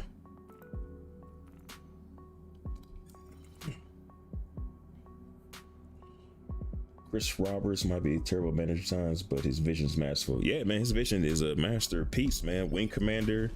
I didn't play. What was that other? I can't remember his other game because I never played it. I was never a PC guy into Elite Dangerous. But then we got Star Citizen, and man, it's a beautiful thing. He's definitely got vision, man. Not everybody agrees with the way he does things, but that's just gonna be in life. I got homies. I don't agree with how they do things. I don't agree with how I do things, but that's just how it is. SC need more discussion like this in the game and with people that respect each other. So good, man. Also, you have great style for hosting this type of roundtable. I appreciate that, man. This is my it's my second roundtable, but this is my first one with multiple people. I had one with Seer to 6 before, and I didn't know how to stream back then. You know, I was a still newbie, but yeah, me and Seer did. I don't know if you can call that a roundtable since it was just the two of us. But I appreciate the compliment. I'm glad it went well. I'm glad you guys were entertained. Oh man. Chilling and coding as usual. Dig that. Get your code on. Oh, Griff. Oh, 8 Eastern. 8 Eastern. I was way off. Why was I thinking it was 10 Eastern? Okay, so Soul Citizens, 8 o'clock Eastern on Sundays. Definitely check that out. I'm there. I'm on there here and there whenever Griff says I'm not in timeout, so you might catch me there here and there. But it's always some good topics, good hosts. One of the cool things that they did, and I know I'm kind of rambling a little bit here, but they did a War of the Worlds. What would you call that? It's not reenactment. I can't think of the word. But anyway, they did War of the Worlds, and like the radio play. And I got to be in on that, and I thought that was the coolest thing ever. So y'all make sure y'all pressure Griff to do some more stuff like that, because that was awesome. Disco Lando, he was in there checking it out, watching, seeing what's up. I mean, I enjoyed myself, man. It was great. It was great. Let's see. It's a cult. What's a cult? Starlancer, Freelancer. I don't know if you're asking. Wait, what is a Starlancer? Starlancer. Oh, Freelancer, the game. Chris Roberts' game. Yeah, man. I tried to check it out like a month or so ago. Not check it out as in I bought it, but I just wanted to look and see what it was about, because people rave about that game, but it's a little dated for me to get into. I hate to be a graphics hooah, but I guess I am a little bit. But yeah, man, people rave about that game, and it was apparently good. So Chris, you know, however you think he manages stuff, man, that dude got vision, like my man said. Misk ships are some interesting ships, man. I would love to see what they would do with a capital ship. 07 Sketch. Emerald Coast 07. Quantanium mining so I can get the Anvil Carrick for future solo exploration. That's interesting, man. Like I remember when like the Carrick was gonna come out. Oh, I'm not even looking where I'm going. Where's the dock? Oh, when the Carrick hasn't yet came out yet.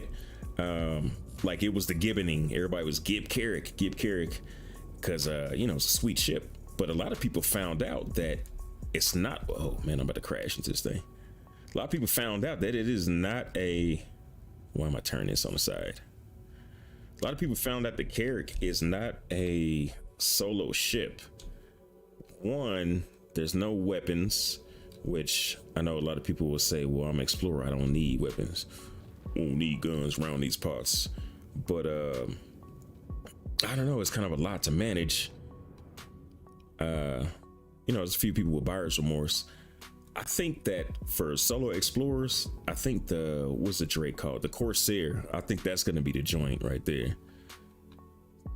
The Corsair. Like, not everybody likes Drake, and some people don't even like the what's it called? The asymmetrical design of the Corsair.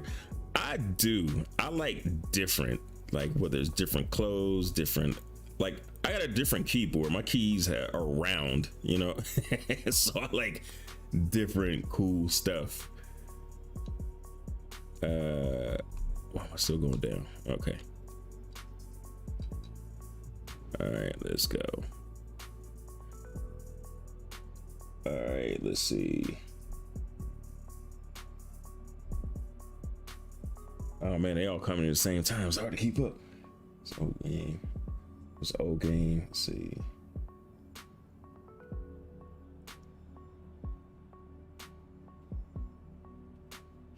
When is the next cargo vid coming out? Man, I got a couple ideas, but it's hard. Why is my engine smoking? It's hard for me to stick.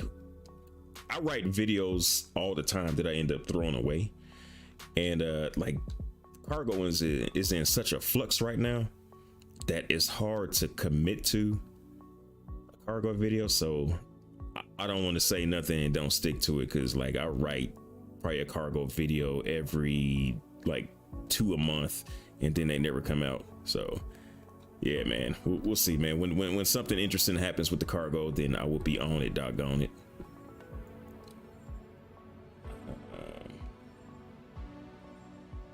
Round table with 2 people breakfast nook. Oh man. Oh man. Okay, dude, you gotta go so slow. All right. There's that.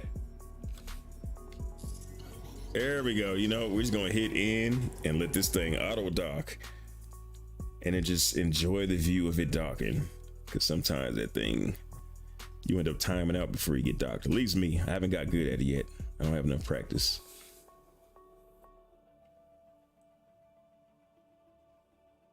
Landing complete. Have a pleasant stay. They should do a little of the shadow. I don't know what that means, Django. A Starlancer Squad 42 Freelancer PU. So Starlancer was a game. Okay, not familiar with it. Not familiar with it, ladies and germs.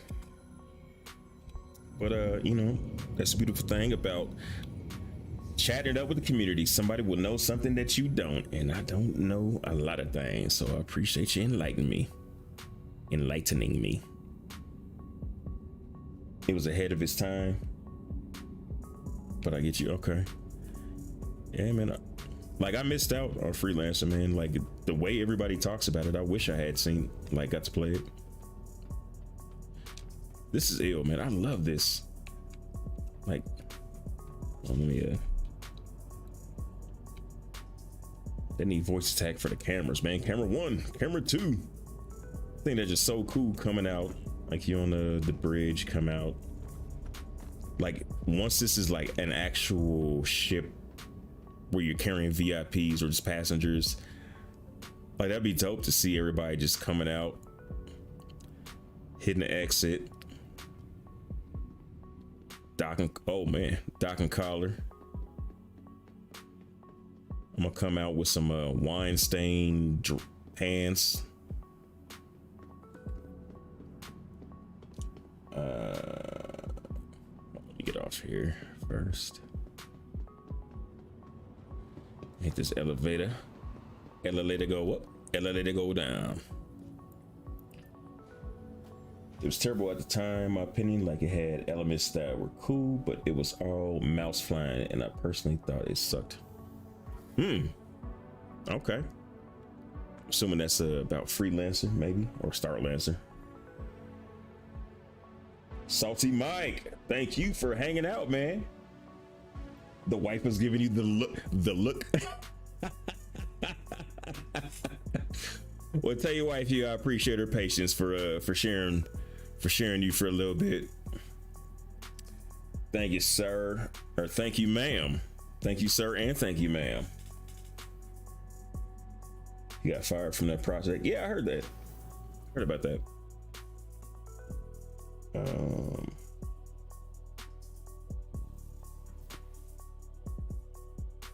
So hey, when the chat just moves without me.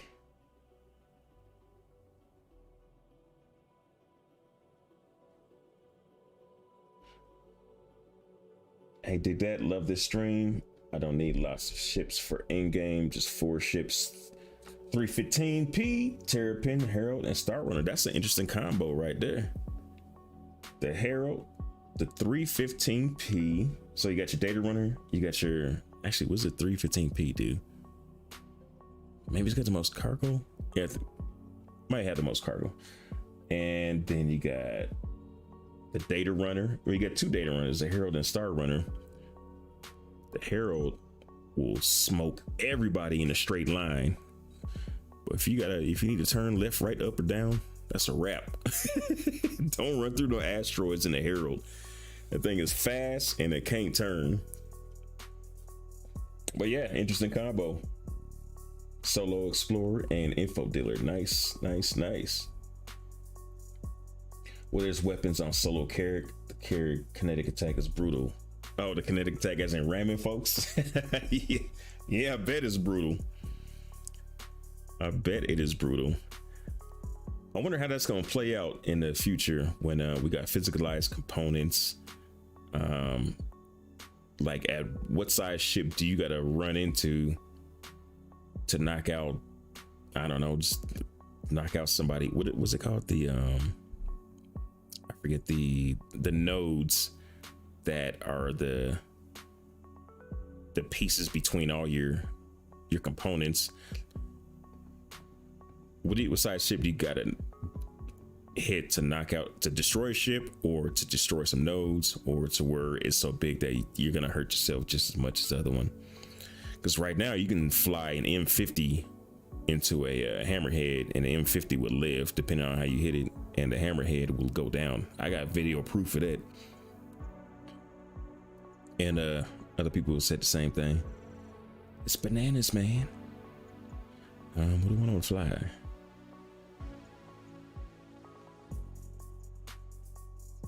You know, oh yeah, they can't spawn this here. All right.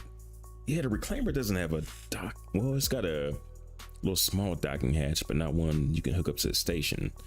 That's interesting, because you can't spawn it here. You gotta go to a city. No, interesting stuff. I wonder what they're gonna do with that. I want to get on a big ship, but not 890 or Carrick Big or Hercules. Like if I had a plan for some trading, I would hop on the Hercules, but I don't. We're gonna hop on this for the moment. It's one of the ships I can't wait to have functionality, and by functionality, I mean I want to hop in that little second seat with the camera on it and broadcast things to other people in the verse. Maybe make it a little radio station. I don't know. That'd be hot. That would be hot. All right, let me get on this elevator and get this ship, and let me get back in the chat. What was a hangar one? Pad one. Oh, not wearing any. Yeah. I should put on some clothes first.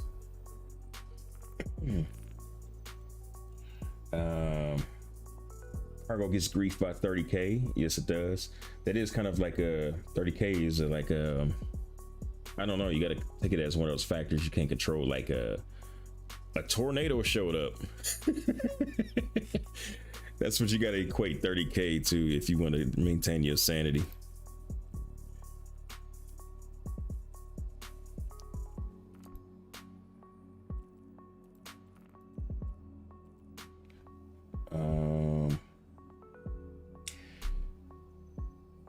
No, I've never heard the radio show called The Shadow. If Griff is still here, maybe that might be something that'd be cool for the future. I don't know. I never heard it. I'm not very well versed in these radio shows, sir. Radio. Like I know the Star Kitten helmet doesn't actually. Yeah, there it goes. That's the actual color. Well, close. I was hoping they would have a purple option with this. Like the pink is cool, and I will rock some pink. I got a pink undersuit, but I don't know. It would just be nice to have like a purple option to go with my our org, me, Django Low, and I don't know if anybody else from our org popped in here, but yeah, we would like some purple cat stuff so we can be cat ladies together.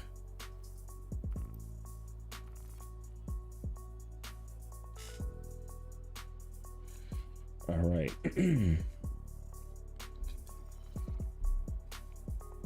I'll be trying to get out of the. Oh man, I didn't know I was close to dying. I didn't know I was close to dying. Maybe I better go back up and are we still at the lobby? Yes. 8%. Yeah, you need some kind of health indicator when you're not in your helmet. Dude, I had no idea I was at 8%. That's crazy. You're crazy, man. I'm like, okay, so I got med pens equipped. Why can't I use them?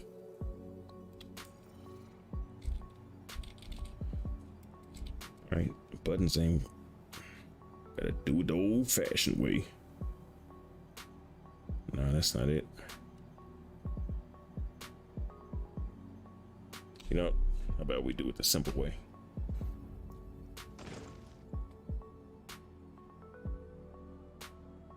freelancer dur for solo exploration. Man, I like the idea of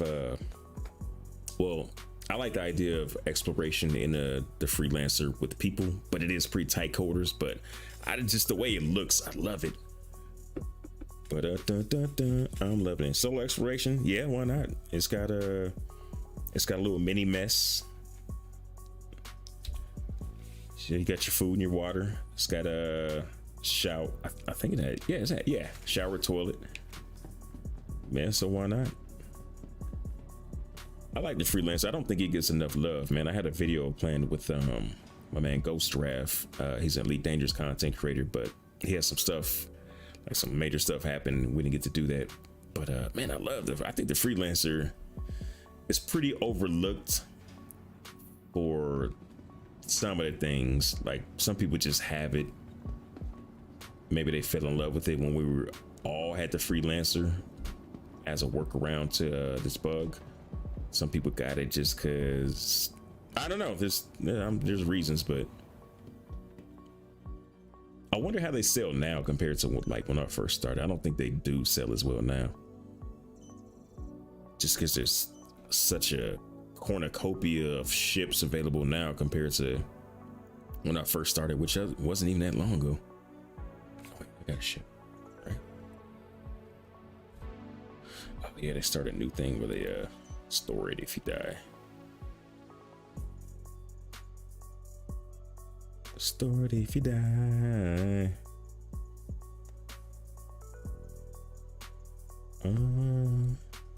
Start from the bottom, go up. There we go. Wait, I'm at Port Tressler, right? Oh, I forgot we went to Harcourt. Let me find the ship real quick.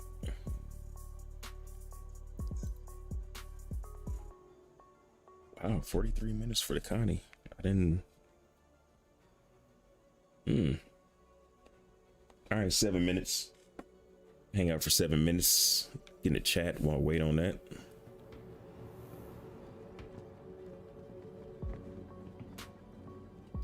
I like the other station because it's got the Genesis Starliner there, and I really want that ship. I gotta really work hard to refrain myself from buying a Genesis Starliner. That ship is beautimous. I won that since before I played Star Citizen. I put a picture of it in Elite Dangerous because I didn't know. I just found a picture. I didn't know what it was. Where'd it go? Dang it.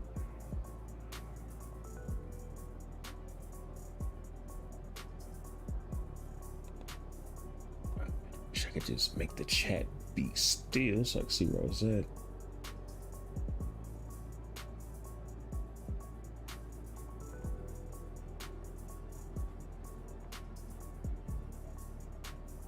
You know, I'm just have to start from here, scroll down. Have all the ships, but only paid for a cutty.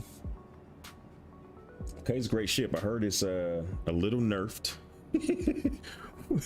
With the new build or the new patch that's coming up. We'll see if that remains true or if that even is true. Guess we'll see on that.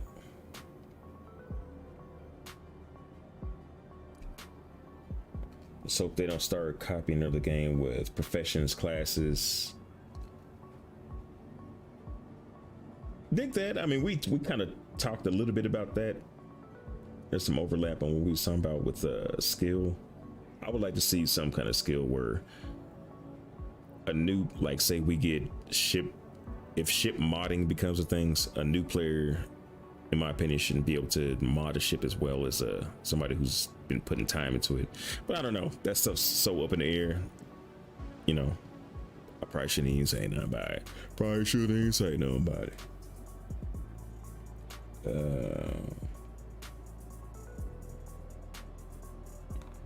Got a great voice for space radio, play some space jazz. Relax 7, watch the quantum roll by. Right on, Sketch. Target drone.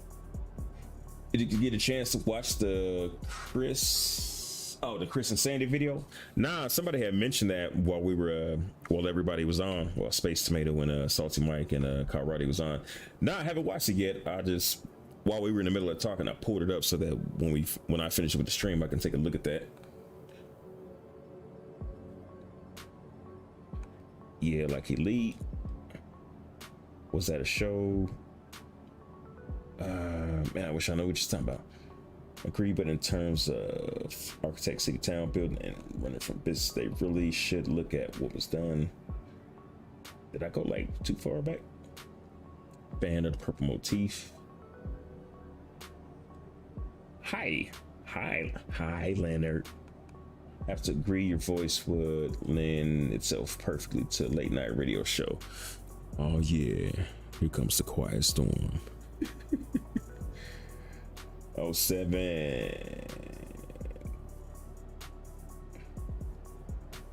Is Space Tomato there, or are you too late? Yes, you are a bit late.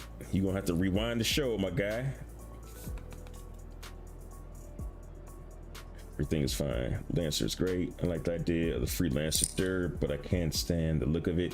The freelancers do got a weird look, man, but I've learned to embrace it. Django Low loves a Lancer. Dur has a refinery for fuel on board. I didn't know that. Is that right? That's interesting.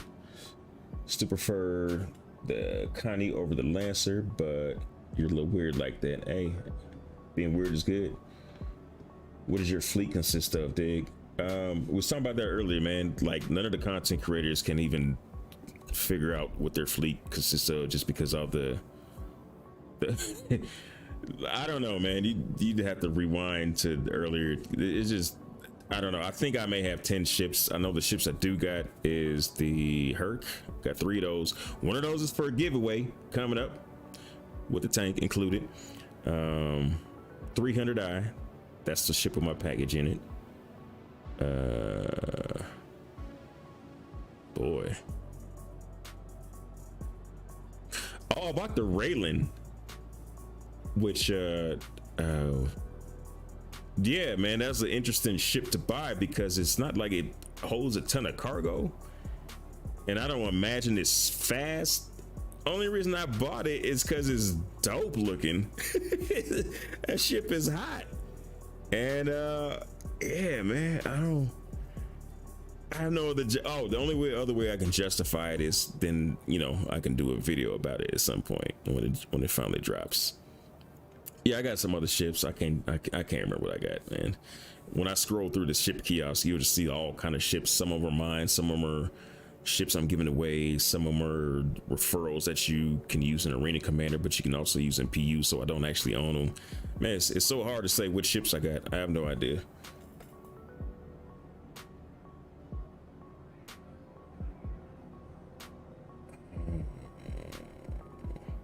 Did I see the Pizzle Pack stuff, by the way? Yeah, I did. I was actually going to use it, but I've never connected. I tried to connect Spotify, but I didn't see any way to adjust the volume. So I don't know. I'm gonna have to do a little more research in it because, you know, he has some hot beats in there. I'm definitely gonna use that, man. The recent changes to Connie's flyable Merlin opens up more gameplay. Yeah, well, yeah, it's gameplay that you gotta make for yourself, but yeah, or you and your homies make for yourself. Yeah, but I mean, even just the immersion of it. Like when it first came out, I just went to Korea and I parked like away from Korea, so I didn't have to park my Connie underneath like where the tourists getting shot. And I got in the Merlin and then flew to Korea, parked it in a nice little small spot, fixed my crime staff, flew it back to the Connie, redocked and jumped away. That was hot. Like, to be able to do that, like, wasn't efficient, but just that you can do that. I mean, that's the beginning of something that will blossom into more stuff, but it was dope to do that.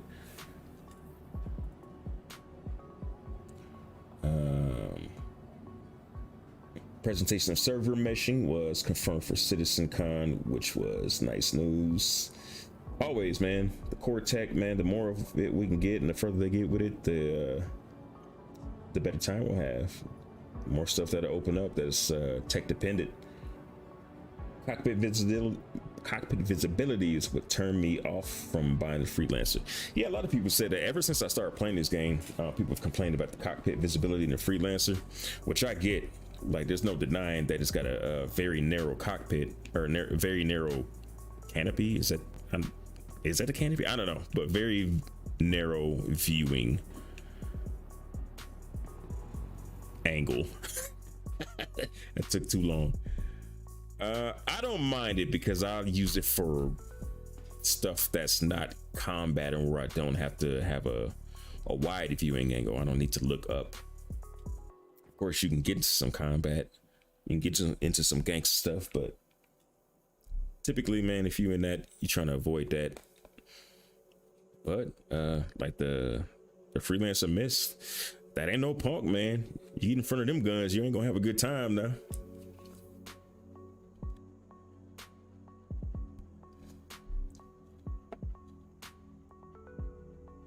Freelancer Firefly, The Dur essentially will never have to be refueled. It can produce its own fuel. Not in game yet. Oh, is that the one that has the fuel? Or yeah, you said that's the one that has the fuel refinery. Yeah, I'm gonna have to read a little bit more about that. I'm not too versed on that. Learn how to crash fly in the Lancer. All right.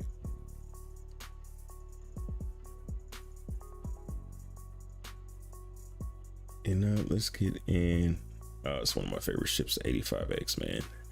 The ship is so sleek. You have the same problem where like you're trying to get to your Connie and it won't show sometimes. Like right now, like I'm out. Yeah, right now. Can't see nothing. So you have to scroll up, scroll back down. It's a little annoying.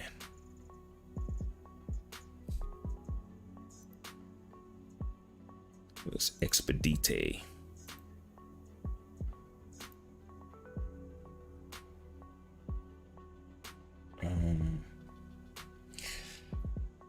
Did you have fun talking to the guys? Yeah, I had a blast. That was great, man.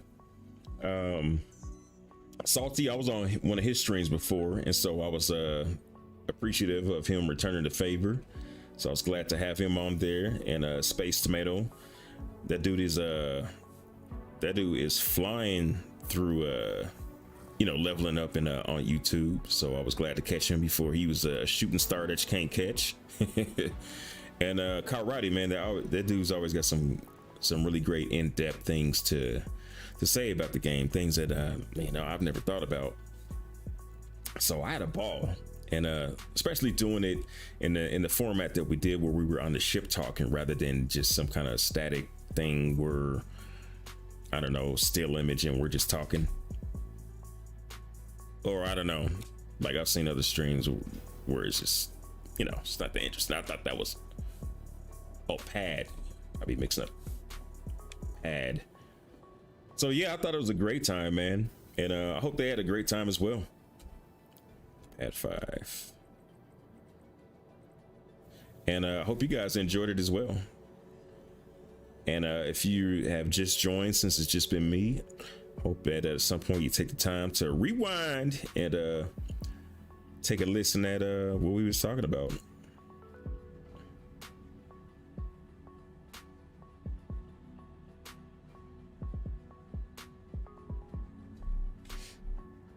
You liked it, do it again. Hey man, I plan on it. Oh man, wait, do I have a helmet? Yeah, I do. I think people started finally not doing that. Like when that was a thing for a while, where you would just get in the ship, or like not get in the ship, but like walk out without thinking about your helmet. I think that was when food came in. Like people would take their helmets off to get some food, and then they would forget that they just smashed a hot dog and forgot to put their helmet back on.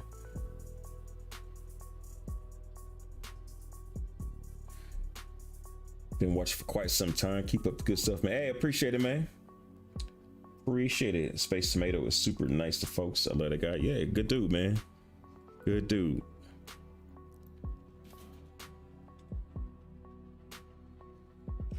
Did you guys use FOIP? Nah, you know what? I was gonna ask that everybody did it, but I was so last minute on trying to get everything, not get them like committed, but just like just preparing like thumbnails and the little video, like starting soon video, and just stuff like I got people coming in town, so I didn't get a chance to, or I forgot to ask them to see if they had the ability to put on FOIP, because I think that would have made it a little better than just us staring at the camera, like when I put the cameras in front of us.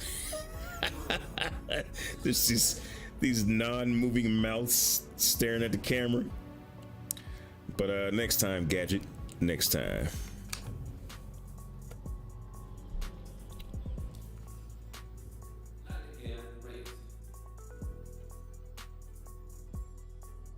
Thank you. And please visit Like the meeting on the boat as an 890J, or what? Still a janky, but much improved. Love the in-game format. It's a great idea. Hey, appreciate that, man. I'm telling you, man, I didn't know how I was gonna go over, but I thought it was cool, so I'm glad you thought it was cool too.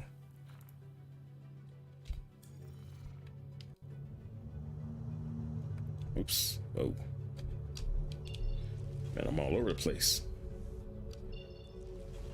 And sometimes you get in a ship after flying another ship and you think it's gonna move like the previous ship, and it doesn't. Throws you off a little bit.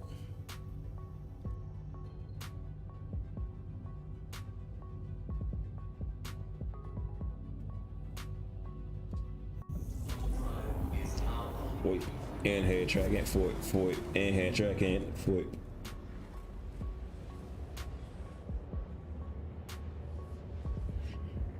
You like Subliminal? He's good on the Fighter Talk. If I may suggest talking to him too. Yeah, me and Subliminal. Oh, for some reason I was thinking he's talking Seer 6. Seer is my guy right there. Like if I was gonna have a convo, I'll talk to Seer.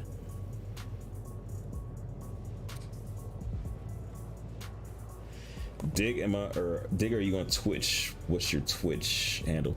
No, like I have a Twitch account just so I could watch Star Citizen and Soul Citizens, but that's the extent. I've been thinking about doing both. Twitch is probably nothing I would ever pursue, because they want that to be your full-time job. Yeah, I don't know. But I may look into like streaming both.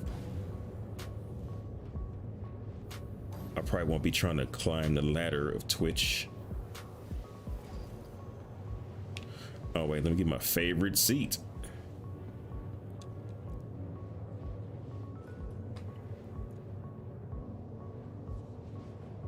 Next time, get a pilot who can evade stuff. Oh, come on, man. We was in the 890. What you want us to do? Yeah, the big boat. I call her the 890 Lizzo. But that's a deep cut for most people. Don't know what that is. Okay, cool. Bring them. Follow. Dip down to B10. Scroll at the ASAP. Yeah, man, where does it say ASAP? I know Board Gamer calls it ASAP, so I'm assuming that's what that thing is called, the ASAP terminal. I don't think I've ever seen anywhere where it's called ASAP. What does that stand for? If you know what ASAP terminal is, let me know. Let me know, because I don't know. I just call it the ship kiosk.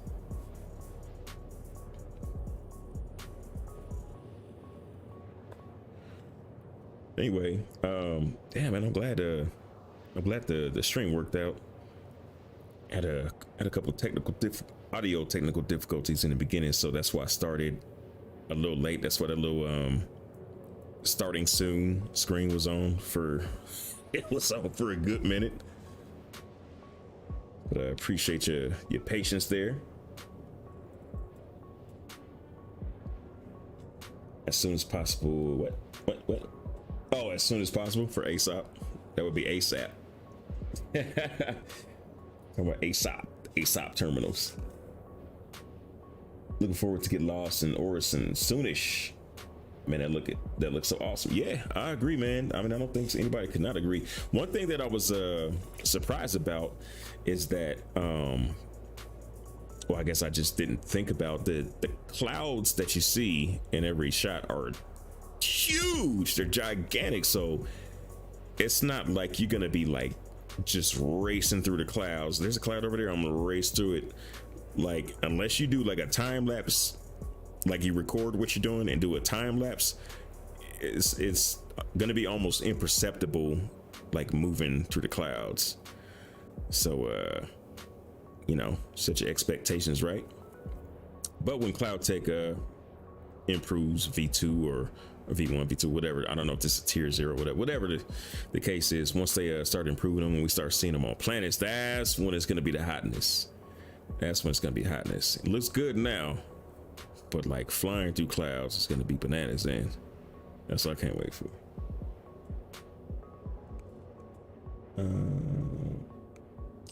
Sounds like an acronym, yeah. Cigarette just ASOP rock. ASOP rock. You taking it back right there, sir? Maybe Shadius. What is Shadius? When PT 314? Yes, indeed, 314. The Air Force One, look at the Phoenix. Yeah, I didn't think about that. That's kind of got these seats give it a little Air Force One look to it. Oh, yeah. Camera goes bananas. Let me get another seat. Try and get a little camera action.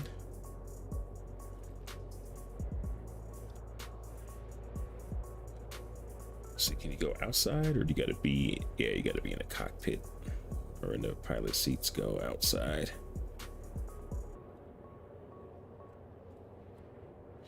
And the camera controls are really weird over here. And I hope they do have some plans, and I never know who does. And if y'all know, let me know who's in charge of, you know, they got the vehicle team and the actor team. I forget all the teams' names, but they got different teams for different stuff. Who would be the team in charge of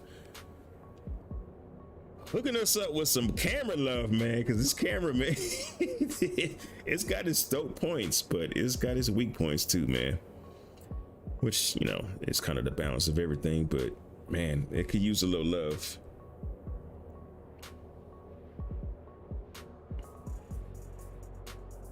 What they do for love, they give copy strikes. Let's go sit at the bar, man. Maybe the camera be a little nicer here.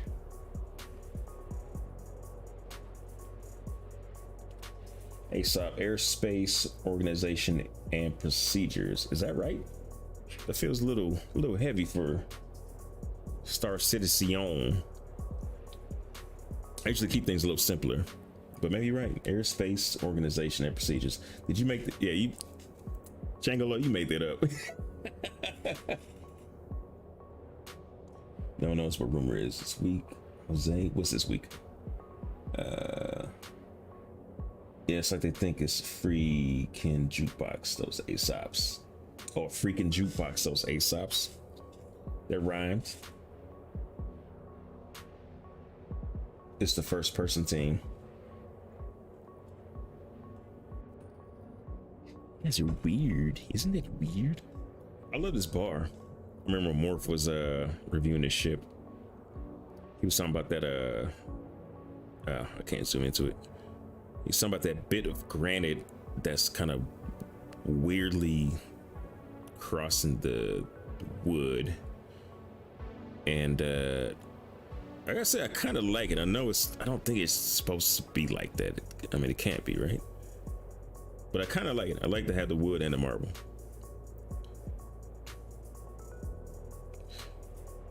Now remember, this is before I had a YouTube channel. He was showing a hot tub. This is when it had a lid on it and you couldn't see in the chairs. And I wrote a comment. I was like, why didn't you show the inside of the hot tub? He's like, oh, it's not ready yet. I was like, wow, YouTuber responded to me, bro. What happened to this? You used to be able to see in this. It's good that you can't. Like, you shouldn't be able to just look in somebody's bedroom. Can you see? Oh, you can see out. No, one way. Well, how about that? I didn't know they finally did that.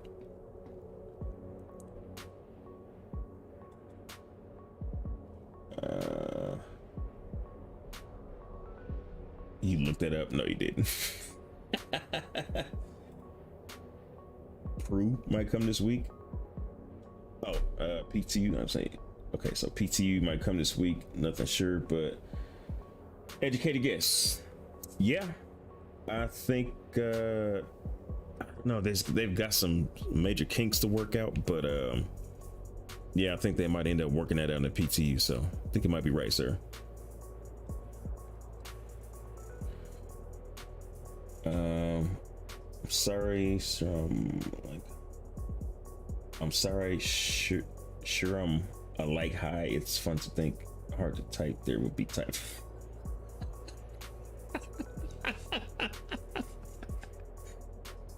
Moving on. Oh, sorry, I'm a little.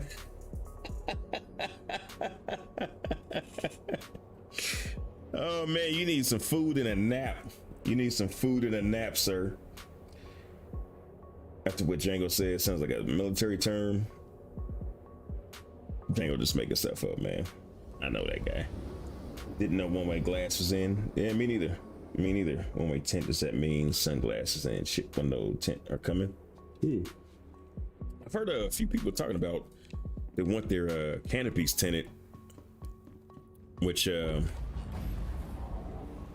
get. They kind of are tinted, but maybe not as much as people like, apparently. I don't know, like, do people, how dark do you want it?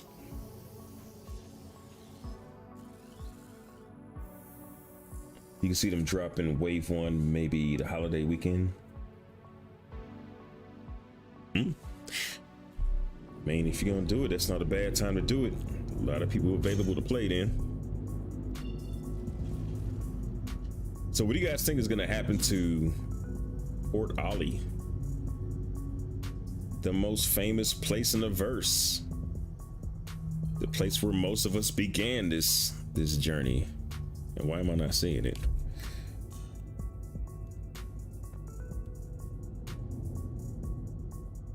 What do you guys think? You think they're gonna blow it up? You think it's gonna be like crashed on some planet? Well, that wouldn't make sense because I mean, if it's gonna crash anywhere, it'd be right here, and you'll never find it then. All right, am I tripping? Where is Port Olisar? All right, do it this way.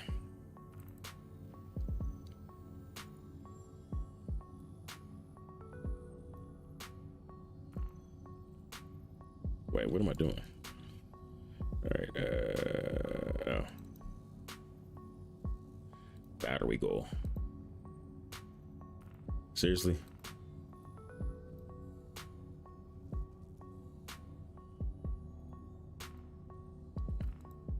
There we go. All right, so what we got? Yeah, this off. Jump. Make like a frog and jump. Start saying corny stuff like that. I'm gonna make like a frog and jump.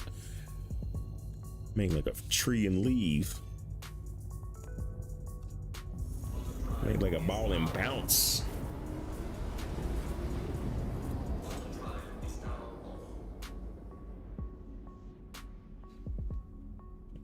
Or in the calzone for the munchies.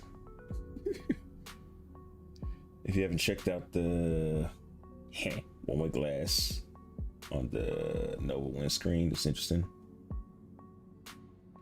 Never even thought to check that out. Okay, I will have to. Connie Phoenix at New Babbage touring Beautifulissimo. That would be cool. Connie Phoenix at New Babbage. Yeah, maybe we'll do that. For some reason, I feel like I need to, since I'm here, stop at PO. So let's do that. Let's do it. Oh, POs moving out, probably going to be used for a starter base for each new star system coming out.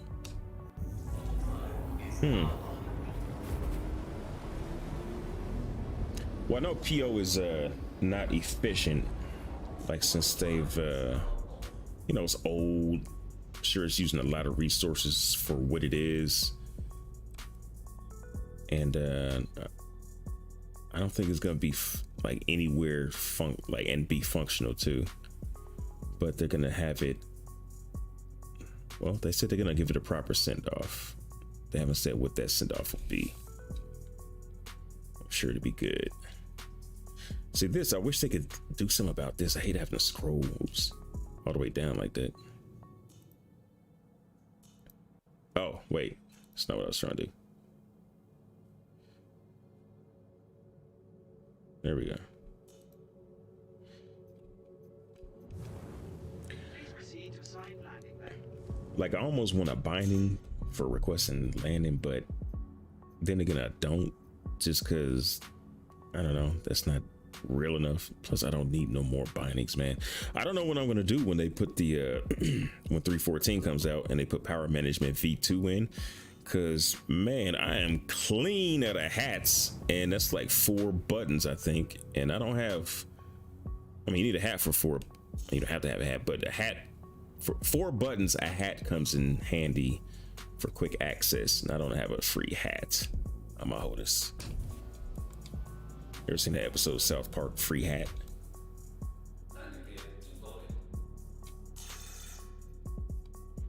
Who that there targeting me?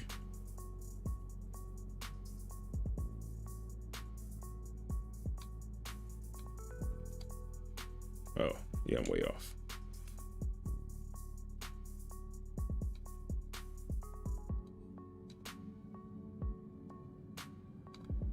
Warning, you are blocking an active flight bay.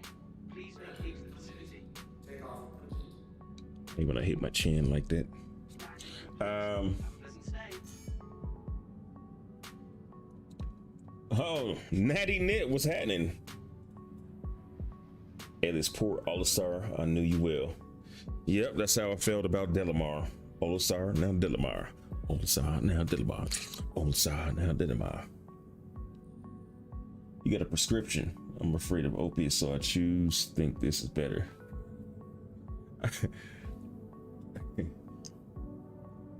What did dude say? I got a problem. Not a prescription. It's more cowbell.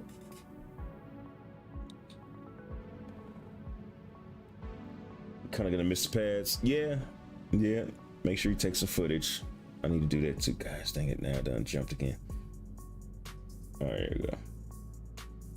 Hope they make a cool event when we're moving it. Yeah, that'd be nice, man. It deserves a good send off. It's serviced as well. It served us well. I don't know how many people. How many of you people it serviced. All right. It's more fun too. I hope they make a cool event. All right, read that.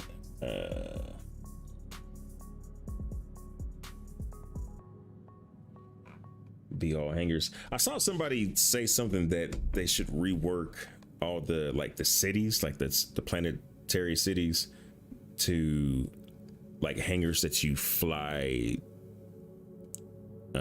Instead of flying down vertical, it'd be horizontal. And I get where he's coming from, because sometimes the horizontal ones can be a little bit of a pain, but I don't know. I'd rather just get good and they come out with a new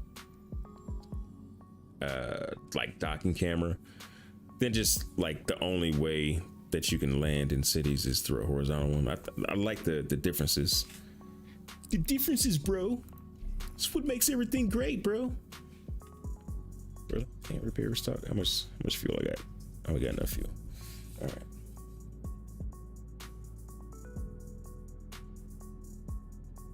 Be right back. Calling the pizzeria. Well, order me a slice, bro.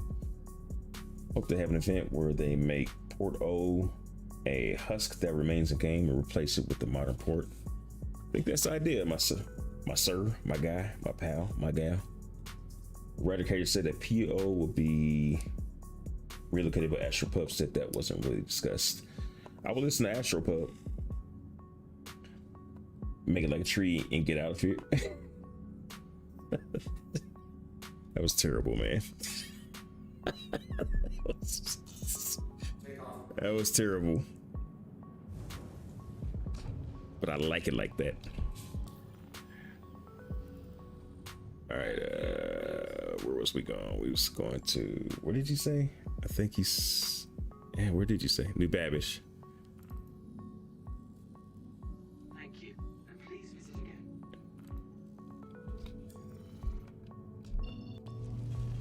Make like a tree and let's get out of here. You suck for that one, dude.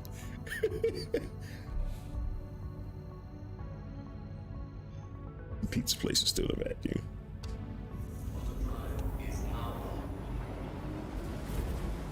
What I like with PO is that it's so quick from bed to ship. I think that's probably his biggest allure. I mean, that's even quicker than space stations. Space stations are really quick too. I love trying to land at pads with big old ships. Trying to keep my monetization. They could also steal from ED and just have a pad that lowers into a hangar. Yeah, man, you know, I think they kind of trying their best not to steal from ED. I don't know if that's really stealing because, you know, ED has taken stuff from games or movies and games. And I don't know, it's all kind of, it's just all building upon building existing ideas. But I wouldn't mind having those, man. Like, not at every place. Like, there'd be a few places sprinkled here and there. They got landing pads that go, like, the landing pads are elevators that go down underneath. What do they call that on Stranger Things? The under something, under place. I don't know.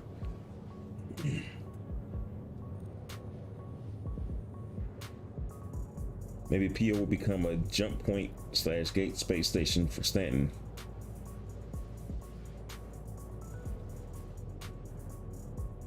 A lot of people got some ideas about PO, man. Like, what would be my idea? What should they do with PO? PO should be like, you know, they should have it like crashed on a planet, but not like destroyed, or maybe partially destroyed. And this is like taken over by, I don't know, like some scavengers or something who sell trinkets and bad food or something. I don't know, man. They should do something strange with PO. Something strange for some change. Wow, you can get in this seat. There's like no room to get in that. How do you get in that? Wow. Gee. Yeah, man, the collision.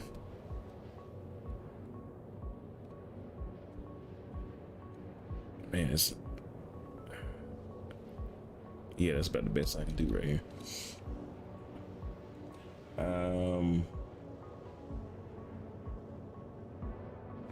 PO probably moved out and become the orbit hub for Orison, like the other landing locations. Like I'm telling you, man, PO is not gonna be a functional place no more. It's built on old tech. They want to get rid of it. When you see it, if you see it again, it'll be no functionality. I mean, very little functionality, if any. I don't think it's going to be have any functionality to it.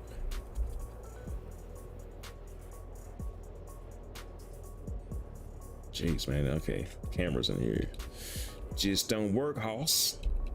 I can't even reset the camera. There we go.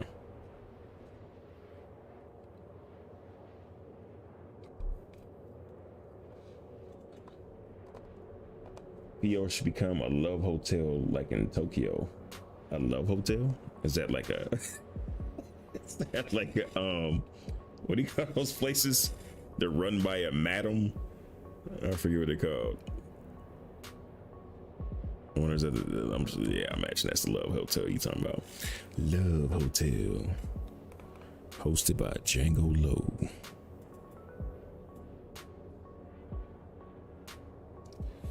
Yeah, but at the same time, is there a need for a station when Orison is in orbit anyway? It's not in orbit. It's in Atmo. I guess you could say close enough, but yeah, I guess not really, because was it Crew L1 that's right nearby? Let's see. Wait, I'm all over the place. Yeah, Crew L1 is right there, so you don't really need anything orbiting Crusader. Yeah, Crew L1 there. But I mean, every other planet has an orbital station. But I guess no other one has a rest stop as close to it. This one's pretty close. Arc L1's pretty close to Arcorp. Oh wait. Oh no. Yeah, these are. Yeah. Okay. I take that back. Got two of them over here.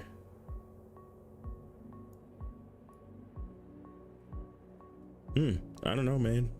Maybe they do need one. Maybe they don't. I don't know.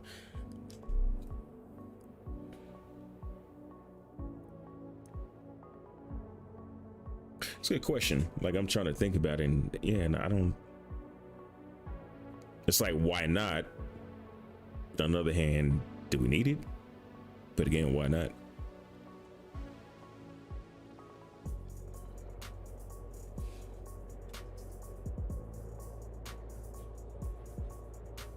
Technically, Orison's orbital station.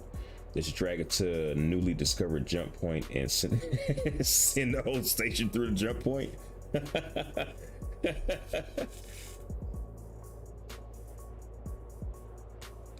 It's not really an orbit though. It's still a gas giant. A brothel. Yeah, brothel. Yeah, I could not remember that word, man. Yeah, brothel. Some of y'all been hanging out in Nevada too long. Boy, 3 of y'all. Why do we know this? Yeah, why do y'all know that? Urson has multiple. Yep, you're right. Those stations are 1 million K apart. Not dealing with trams and lag is the reason those spaceport stations exist in the first place. Nobody wants to wake up every day and spend 20 minutes getting off the planet. Yeah, but that's if you're going to the planet every night. I don't know. Well, yeah, I guess most people don't bad log like me, or like, well, no, I mean, well, it's not even just a bad log, and it's going to, you know, logging out at a, not logging out at a space station, but having a space station your last point of logging out. So it's not like it's an everyday thing. It's an everyday thing.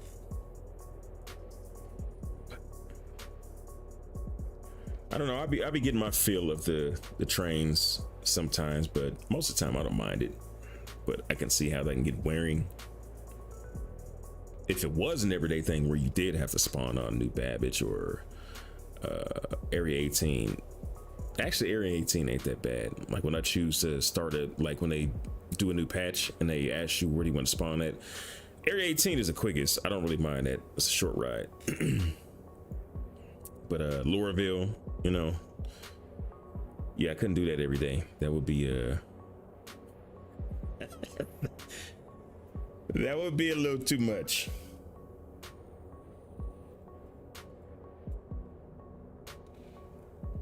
Calzone on the way. He really did order a calzone. Calzone got too much bread, or maybe the calzones I've had have been too much bread. I'm not a huge bread eater. Like, I mean, it's a big giant hot pocket, and I don't even like hot pockets no more because there's like, it's just way more bread than filling, especially on the ends. The ends are just this hollow fireplace where you where boiling hot lava once resided. Bed logging, yeah, I'm a brave dude. I do bed log. Occasionally, I pay for it with the what do you call it, the infinite loading bug, but you know, just change a eye color or, you know, some easy back in the game. I know I like it. To me, it's worth it. Fly safe. No, you don't fly safe around these parts. You fly dirty. Nine Tails Lockdown. I've purposely not been looking too much into that just because I want to be surprised. Like, you know, as a content creator, I'm just like constantly looking up stars and news. That's just one thing I was like, all right, I'm not gonna look too much into this. But all I really know is that the Nine Tails gang is gonna be locking down the space station. I don't think we know what space station that is gonna be, but they're gonna be locking it down, and either you can help or hinder said lockdown. Actually, that might be the whole thing. I don't know if they told us any more than that, but that's what I know.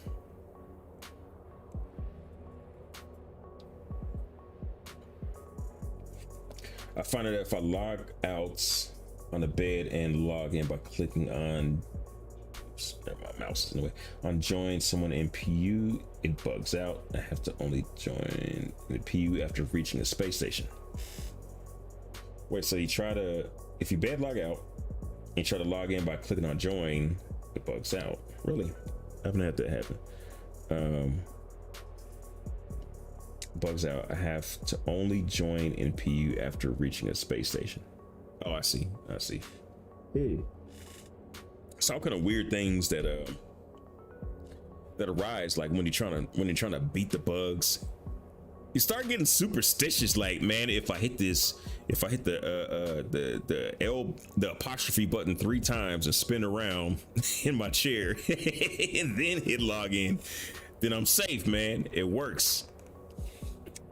I don't know. I start, maybe not y'all, but I start developing these superstitions about what's gonna work and what's not gonna work, and then I apply them like they're real. Oh, it's weird. I want my spawn location to be at my base. Yeah, you know what? That brings up an interesting question. Oh man, dang phone, my bad. Oh, so yeah, that brings up a question. So at your base, are you gonna have just like a landing pad that you have at an outpost? You're just gonna have your ship just exposed there? Or are you gonna have like an elite dangerous type of landing pad where you land on it and then it goes underground? So your ship is semi-safe. Interesting questions, people.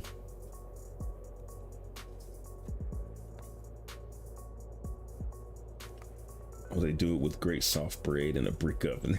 We talking about artisanal calzone, the creme de la creme of munchies. Calzone's a folded up pizza. Yeah, it is.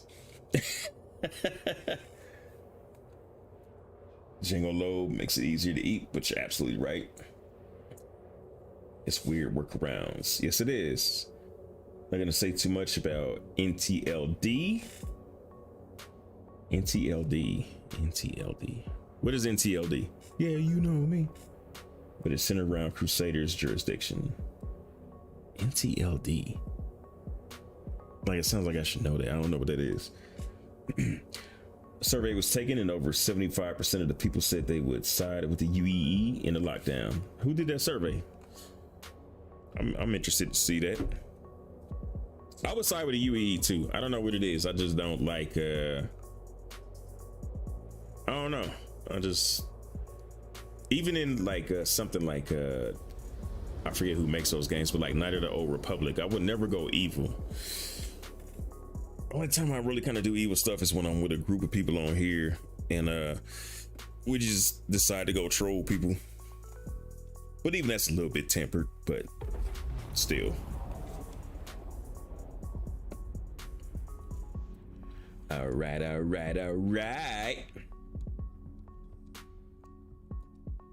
Jeez, man. He's going the wrong way. Oh, look at that. That's the first time I really noticed the skylight.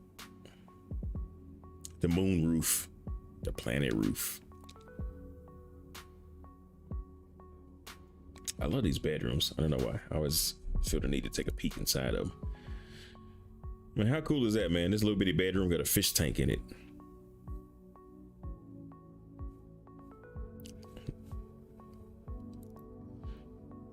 Oh, I know why.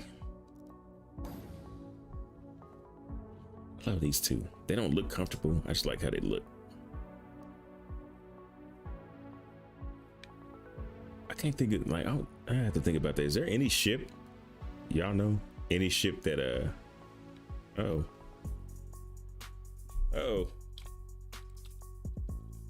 Oops.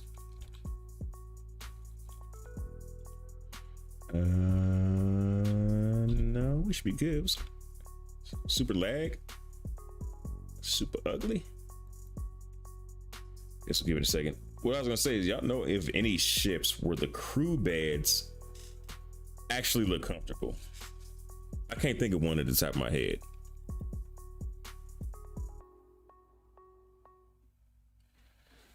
Okay. Also helps if you hit the button 3 times and walk twice around the pilot's chair and knock on wood. It's a surefire log in.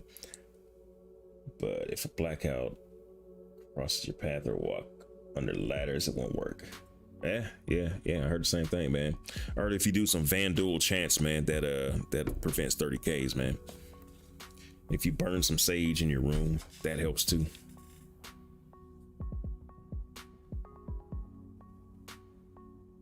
Oh man, serious? Wow. Are all the doors? Oh. See, that wasn't even quite placed right. Was it here? Yeah.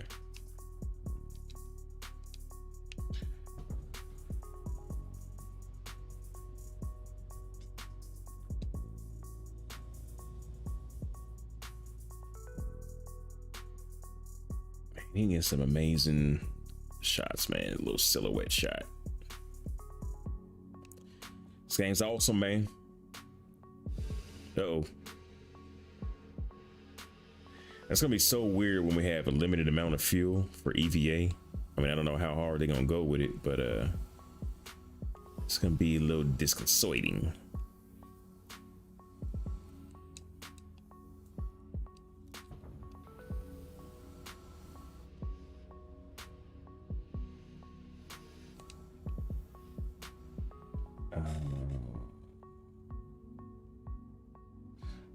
Oh, Nine Tails lockdown, duh.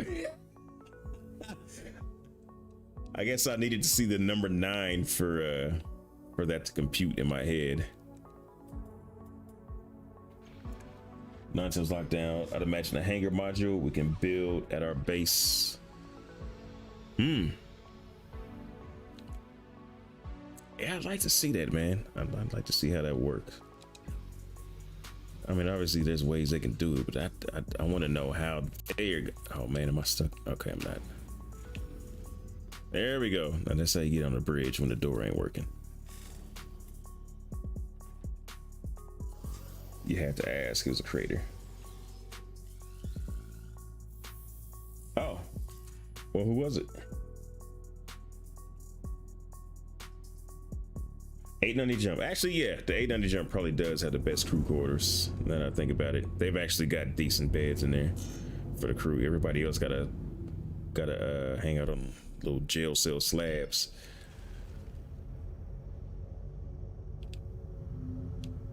Wait.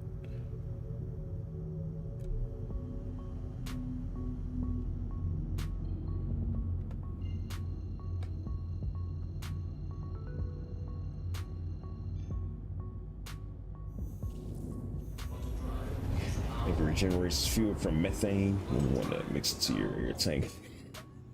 It just fart into your spacesuit, and it takes the methane, converts that to fuel. I don't know how many pallets of beans you have to do to keep your stuff running.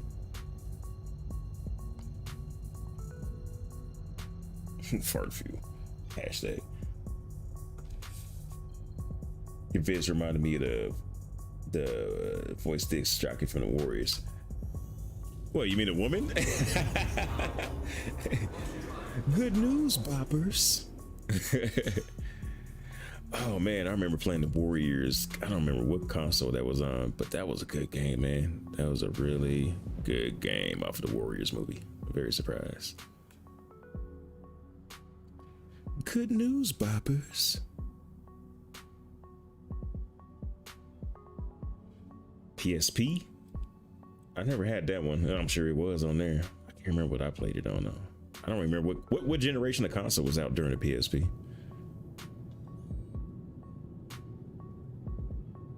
But I feel like I played it on Xbox. One of them. Probably the OG Xbox, maybe. PS2. Wow, is that during the PS2 days? That can't be right.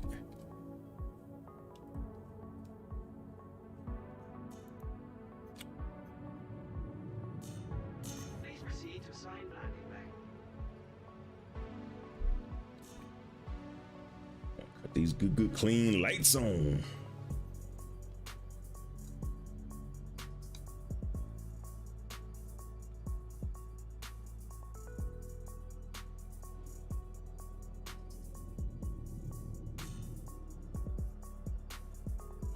I'd be interested if some of the landing pads were on those spinning parts.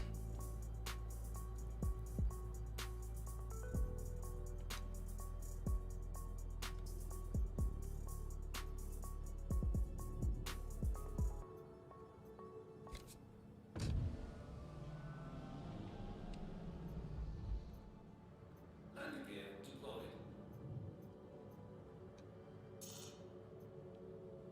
Oh, what was that? What was that? What was that? Oh. Oh, that's pretty dope, man. I never noticed the Phoenix logo through the top window. Through the moon roof. So let's keep this landing so I can get back in the chat.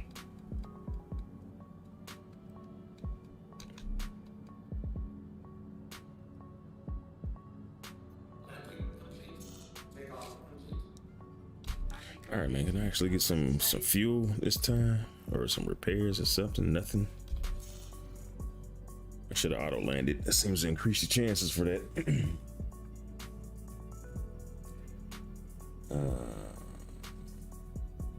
You don't see the Warriors on the PSP. Okay. Battle goal. Oh, that guy. Okay.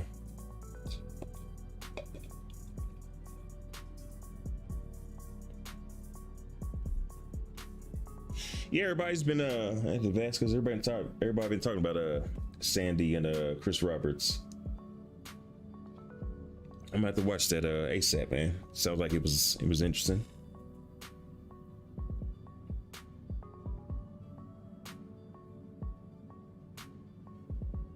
Still talking about fart fuel. Sega. Yeah. Okay, PS2, Xbox. All right. So then I played it on the Xbox. I remember Xbox came out, they had that huge controller. I mean, that thing was big, man. I don't know whose hands that was made for, but I don't know, man. Like, wasn't for my hands. There's some hands you find in a fossil. Thank you. Which way? Oh yeah, that way.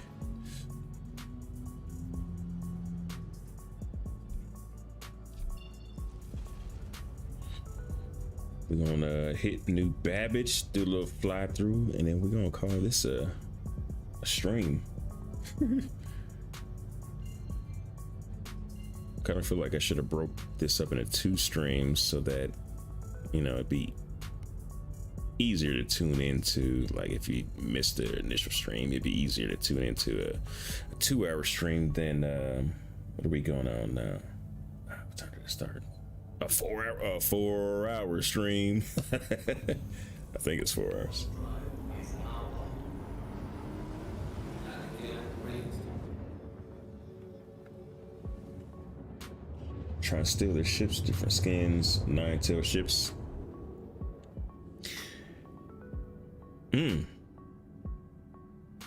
Wait, so what pirate faction is that that's been in the game forever, and they got the which I think is super ugly, but they got the red and blue. Is it red? Is it like turquoise and red? I don't know, but it's terrible. It's terrible. Is it? That's not the Ninetales, is it? Who is that? If you know, holler in the comments or holler in the chat.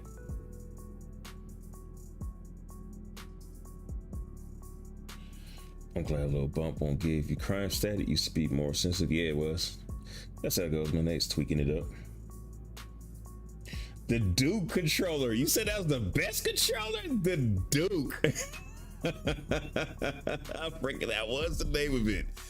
The Duke. Duke of Earl. That's funny, man. The Duke. That's good stuff. Good memory or good Google, one or the other.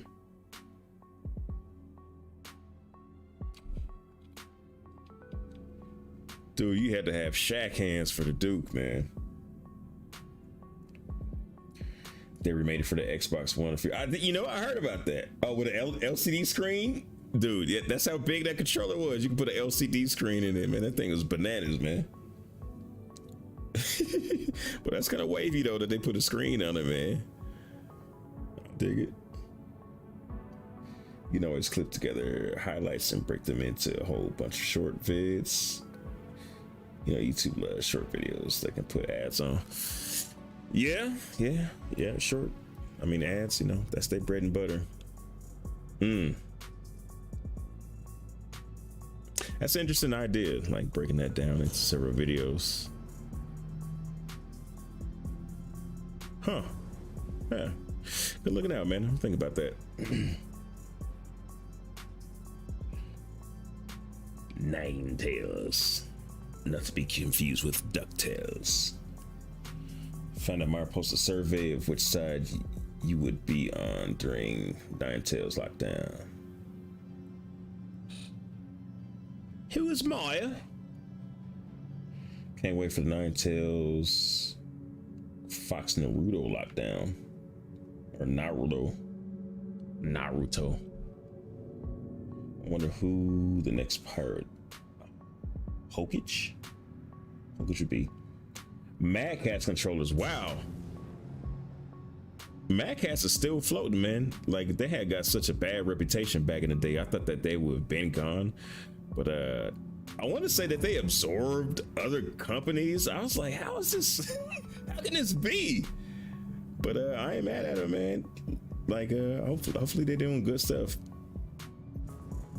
Maybe they're rebranded. Maybe they're not called Mad Catz at this point. Dude, New Babbage is so clean, man. It's a great looking city. I remember seeing it thinking, man, there's just no way that this could be real.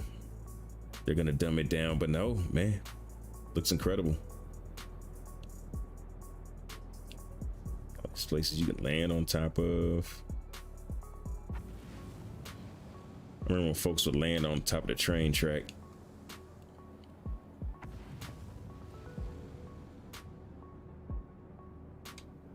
Omega Pro.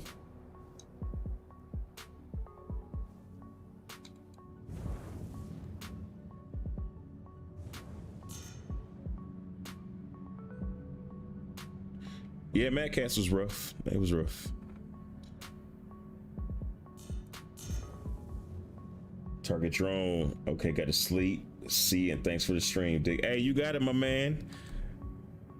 I'm gonna take a little flight around here, and I'm gonna be out of here too, man. I got some fam in town I need to chop it up with.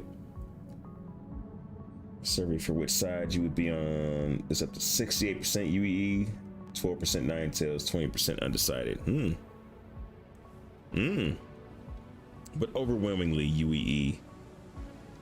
But I wonder if the people who are gonna be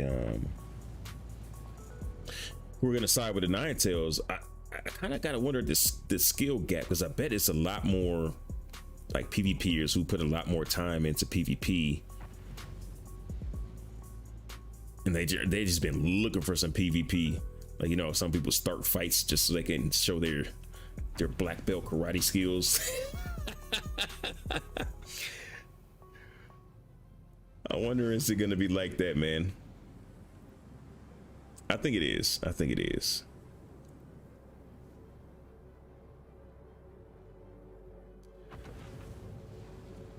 Actually, hopefully it is, because I mean, if it's overwhelmingly UEE, then there's just like no chance for the people that hang out on the Nine Tails side.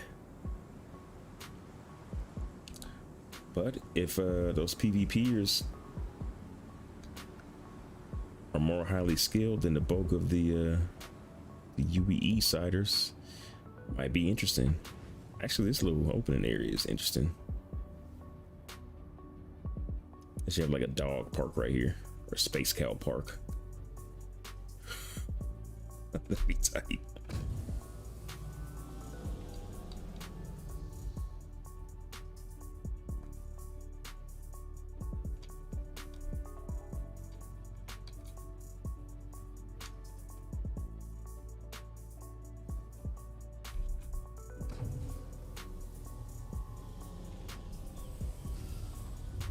Sorry, I be getting quiet when I'm concentrating. I'm not sure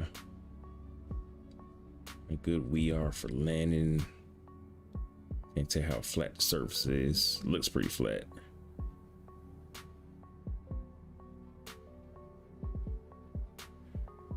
Yeah. If you ain't third person landing, you ain't landing.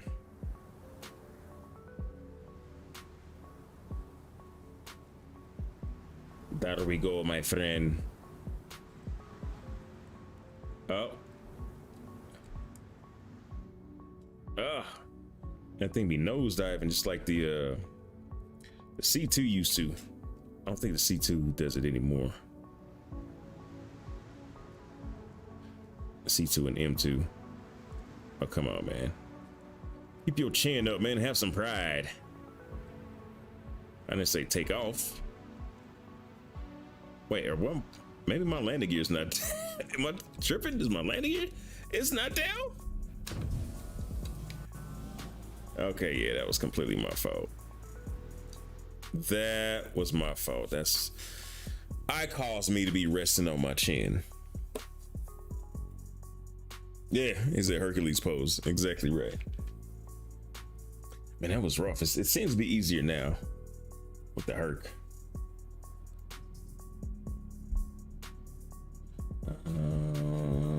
Man, everybody keeps talking about the Sandy and Chris vid. I guess I'm gonna have to watch that ASAP.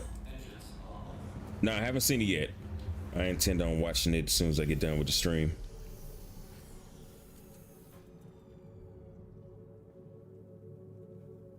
We want barrel rolls in this ship in atmosphere. I don't know about that, Woody.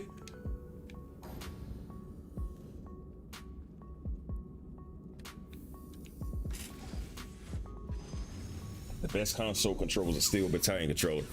Man, I actually know what you're talking about. I mean, I never used it. I didn't have money like that when that was a thing, but it looked impressive. I gotta get one from back here.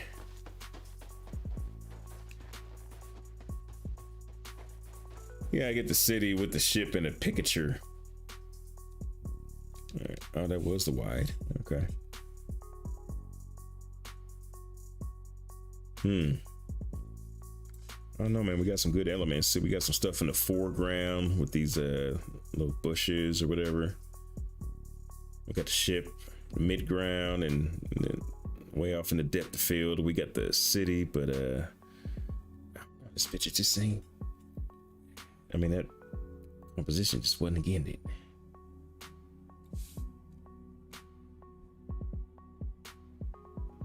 A little better. We'll call it a impromptu snapshot. Let's see. Oh man, if you ever hook that up to Star Citizen, or actually would that hook up to a PC? I remember that was on Xbox. Maybe it's on PC too. If you do that, man, I'd love to see a video of that. Hooking that Steel Battalion up and playing Star Citizen with that. That'd be interesting. That's my favorite place to go stunt flying before they change the flight model. New Babbage?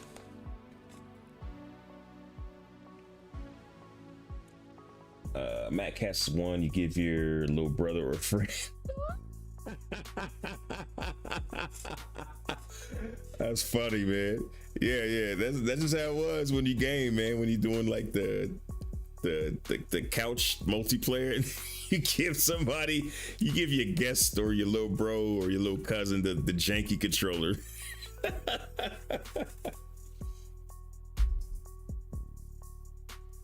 They should have had both in there. Yeah. Prime Stat Distract. Let's see.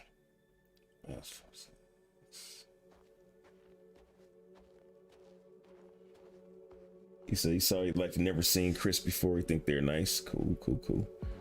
Oh, this 9 Tails lockdown event doesn't attract a whole lot of hackers. Is hacking a thing on here? If it is, that would be the first time I have seen it or heard of it. I mean,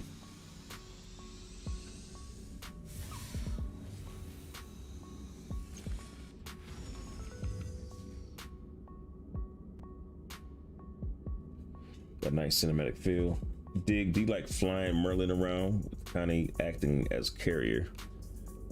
Yeah, I do. Unfortunately, like I haven't come across many reasons to do that. Maybe I need to spend a little more time in this ship with another, with some crew.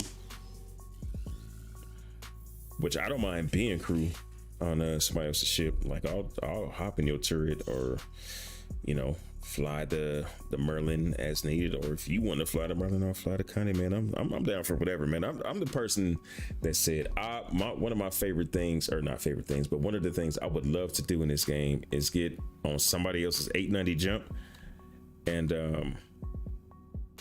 cook in the kitchen. If that became a thing, I would love to do that. That'd be the hotness.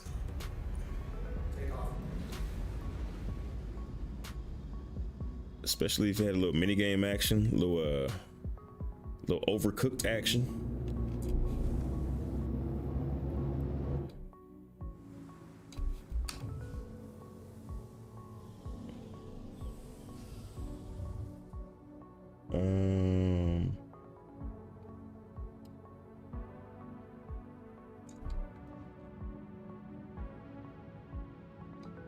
Look at my bearings here. Get these bearings here. Where's the tower?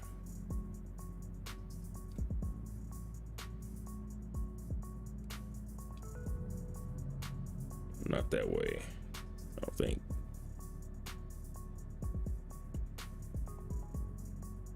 Oh, there you go.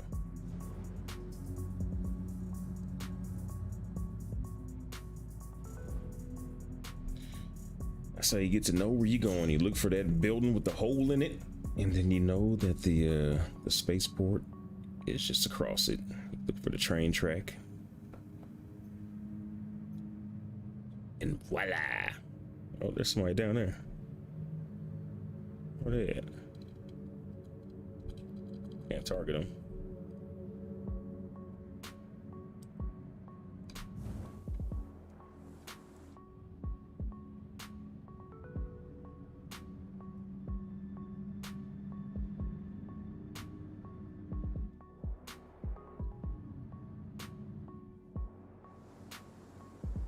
This game is so dope, man. Like, there's nothing like it.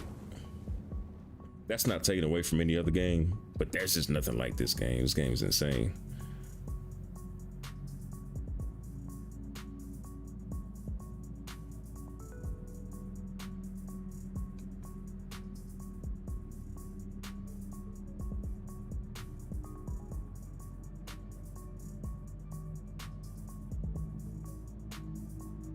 Like when this game goes gold or whatever it's gonna be called when it's no longer, when we're spending UEC instead of AUEC.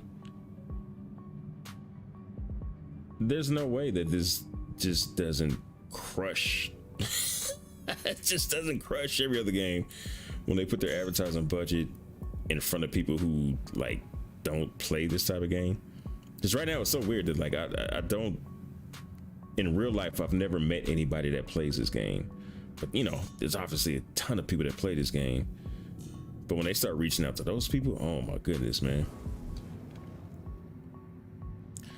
Like right now, if you're a PC enthusiast, PC gaming enthusiast, and you play space MMOs or any type of MMO really, then maybe you've heard of this game. But a lot of people just haven't. When they start hitting critical mass with that, that's gonna be a wrap, my friend. I see Natty Knit. I'm about to actually lock this down, homie.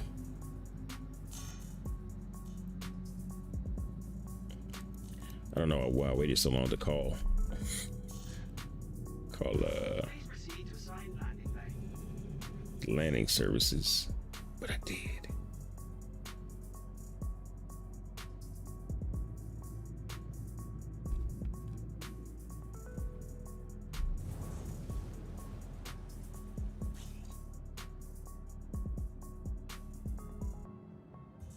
I wish I could move. Oh, there we go. There we go. All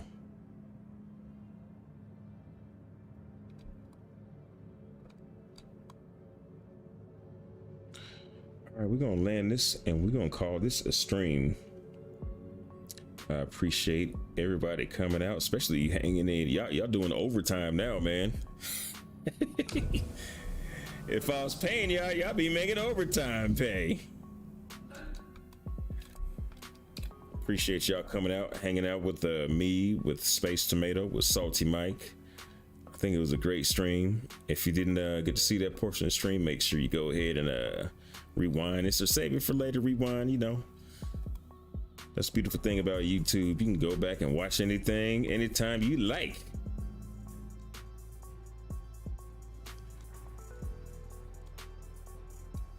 And let's get in this. I can't wait till we have some kind of docking camera or something, because you almost, yeah, see? All right, there we go. All right, now we're good. Now we're good. Now we are good, my friends. Oh, man, I gotta remember to pull the nose up. But yeah, man, thank y'all, man. This was super cool. I didn't expect to go this long. Man,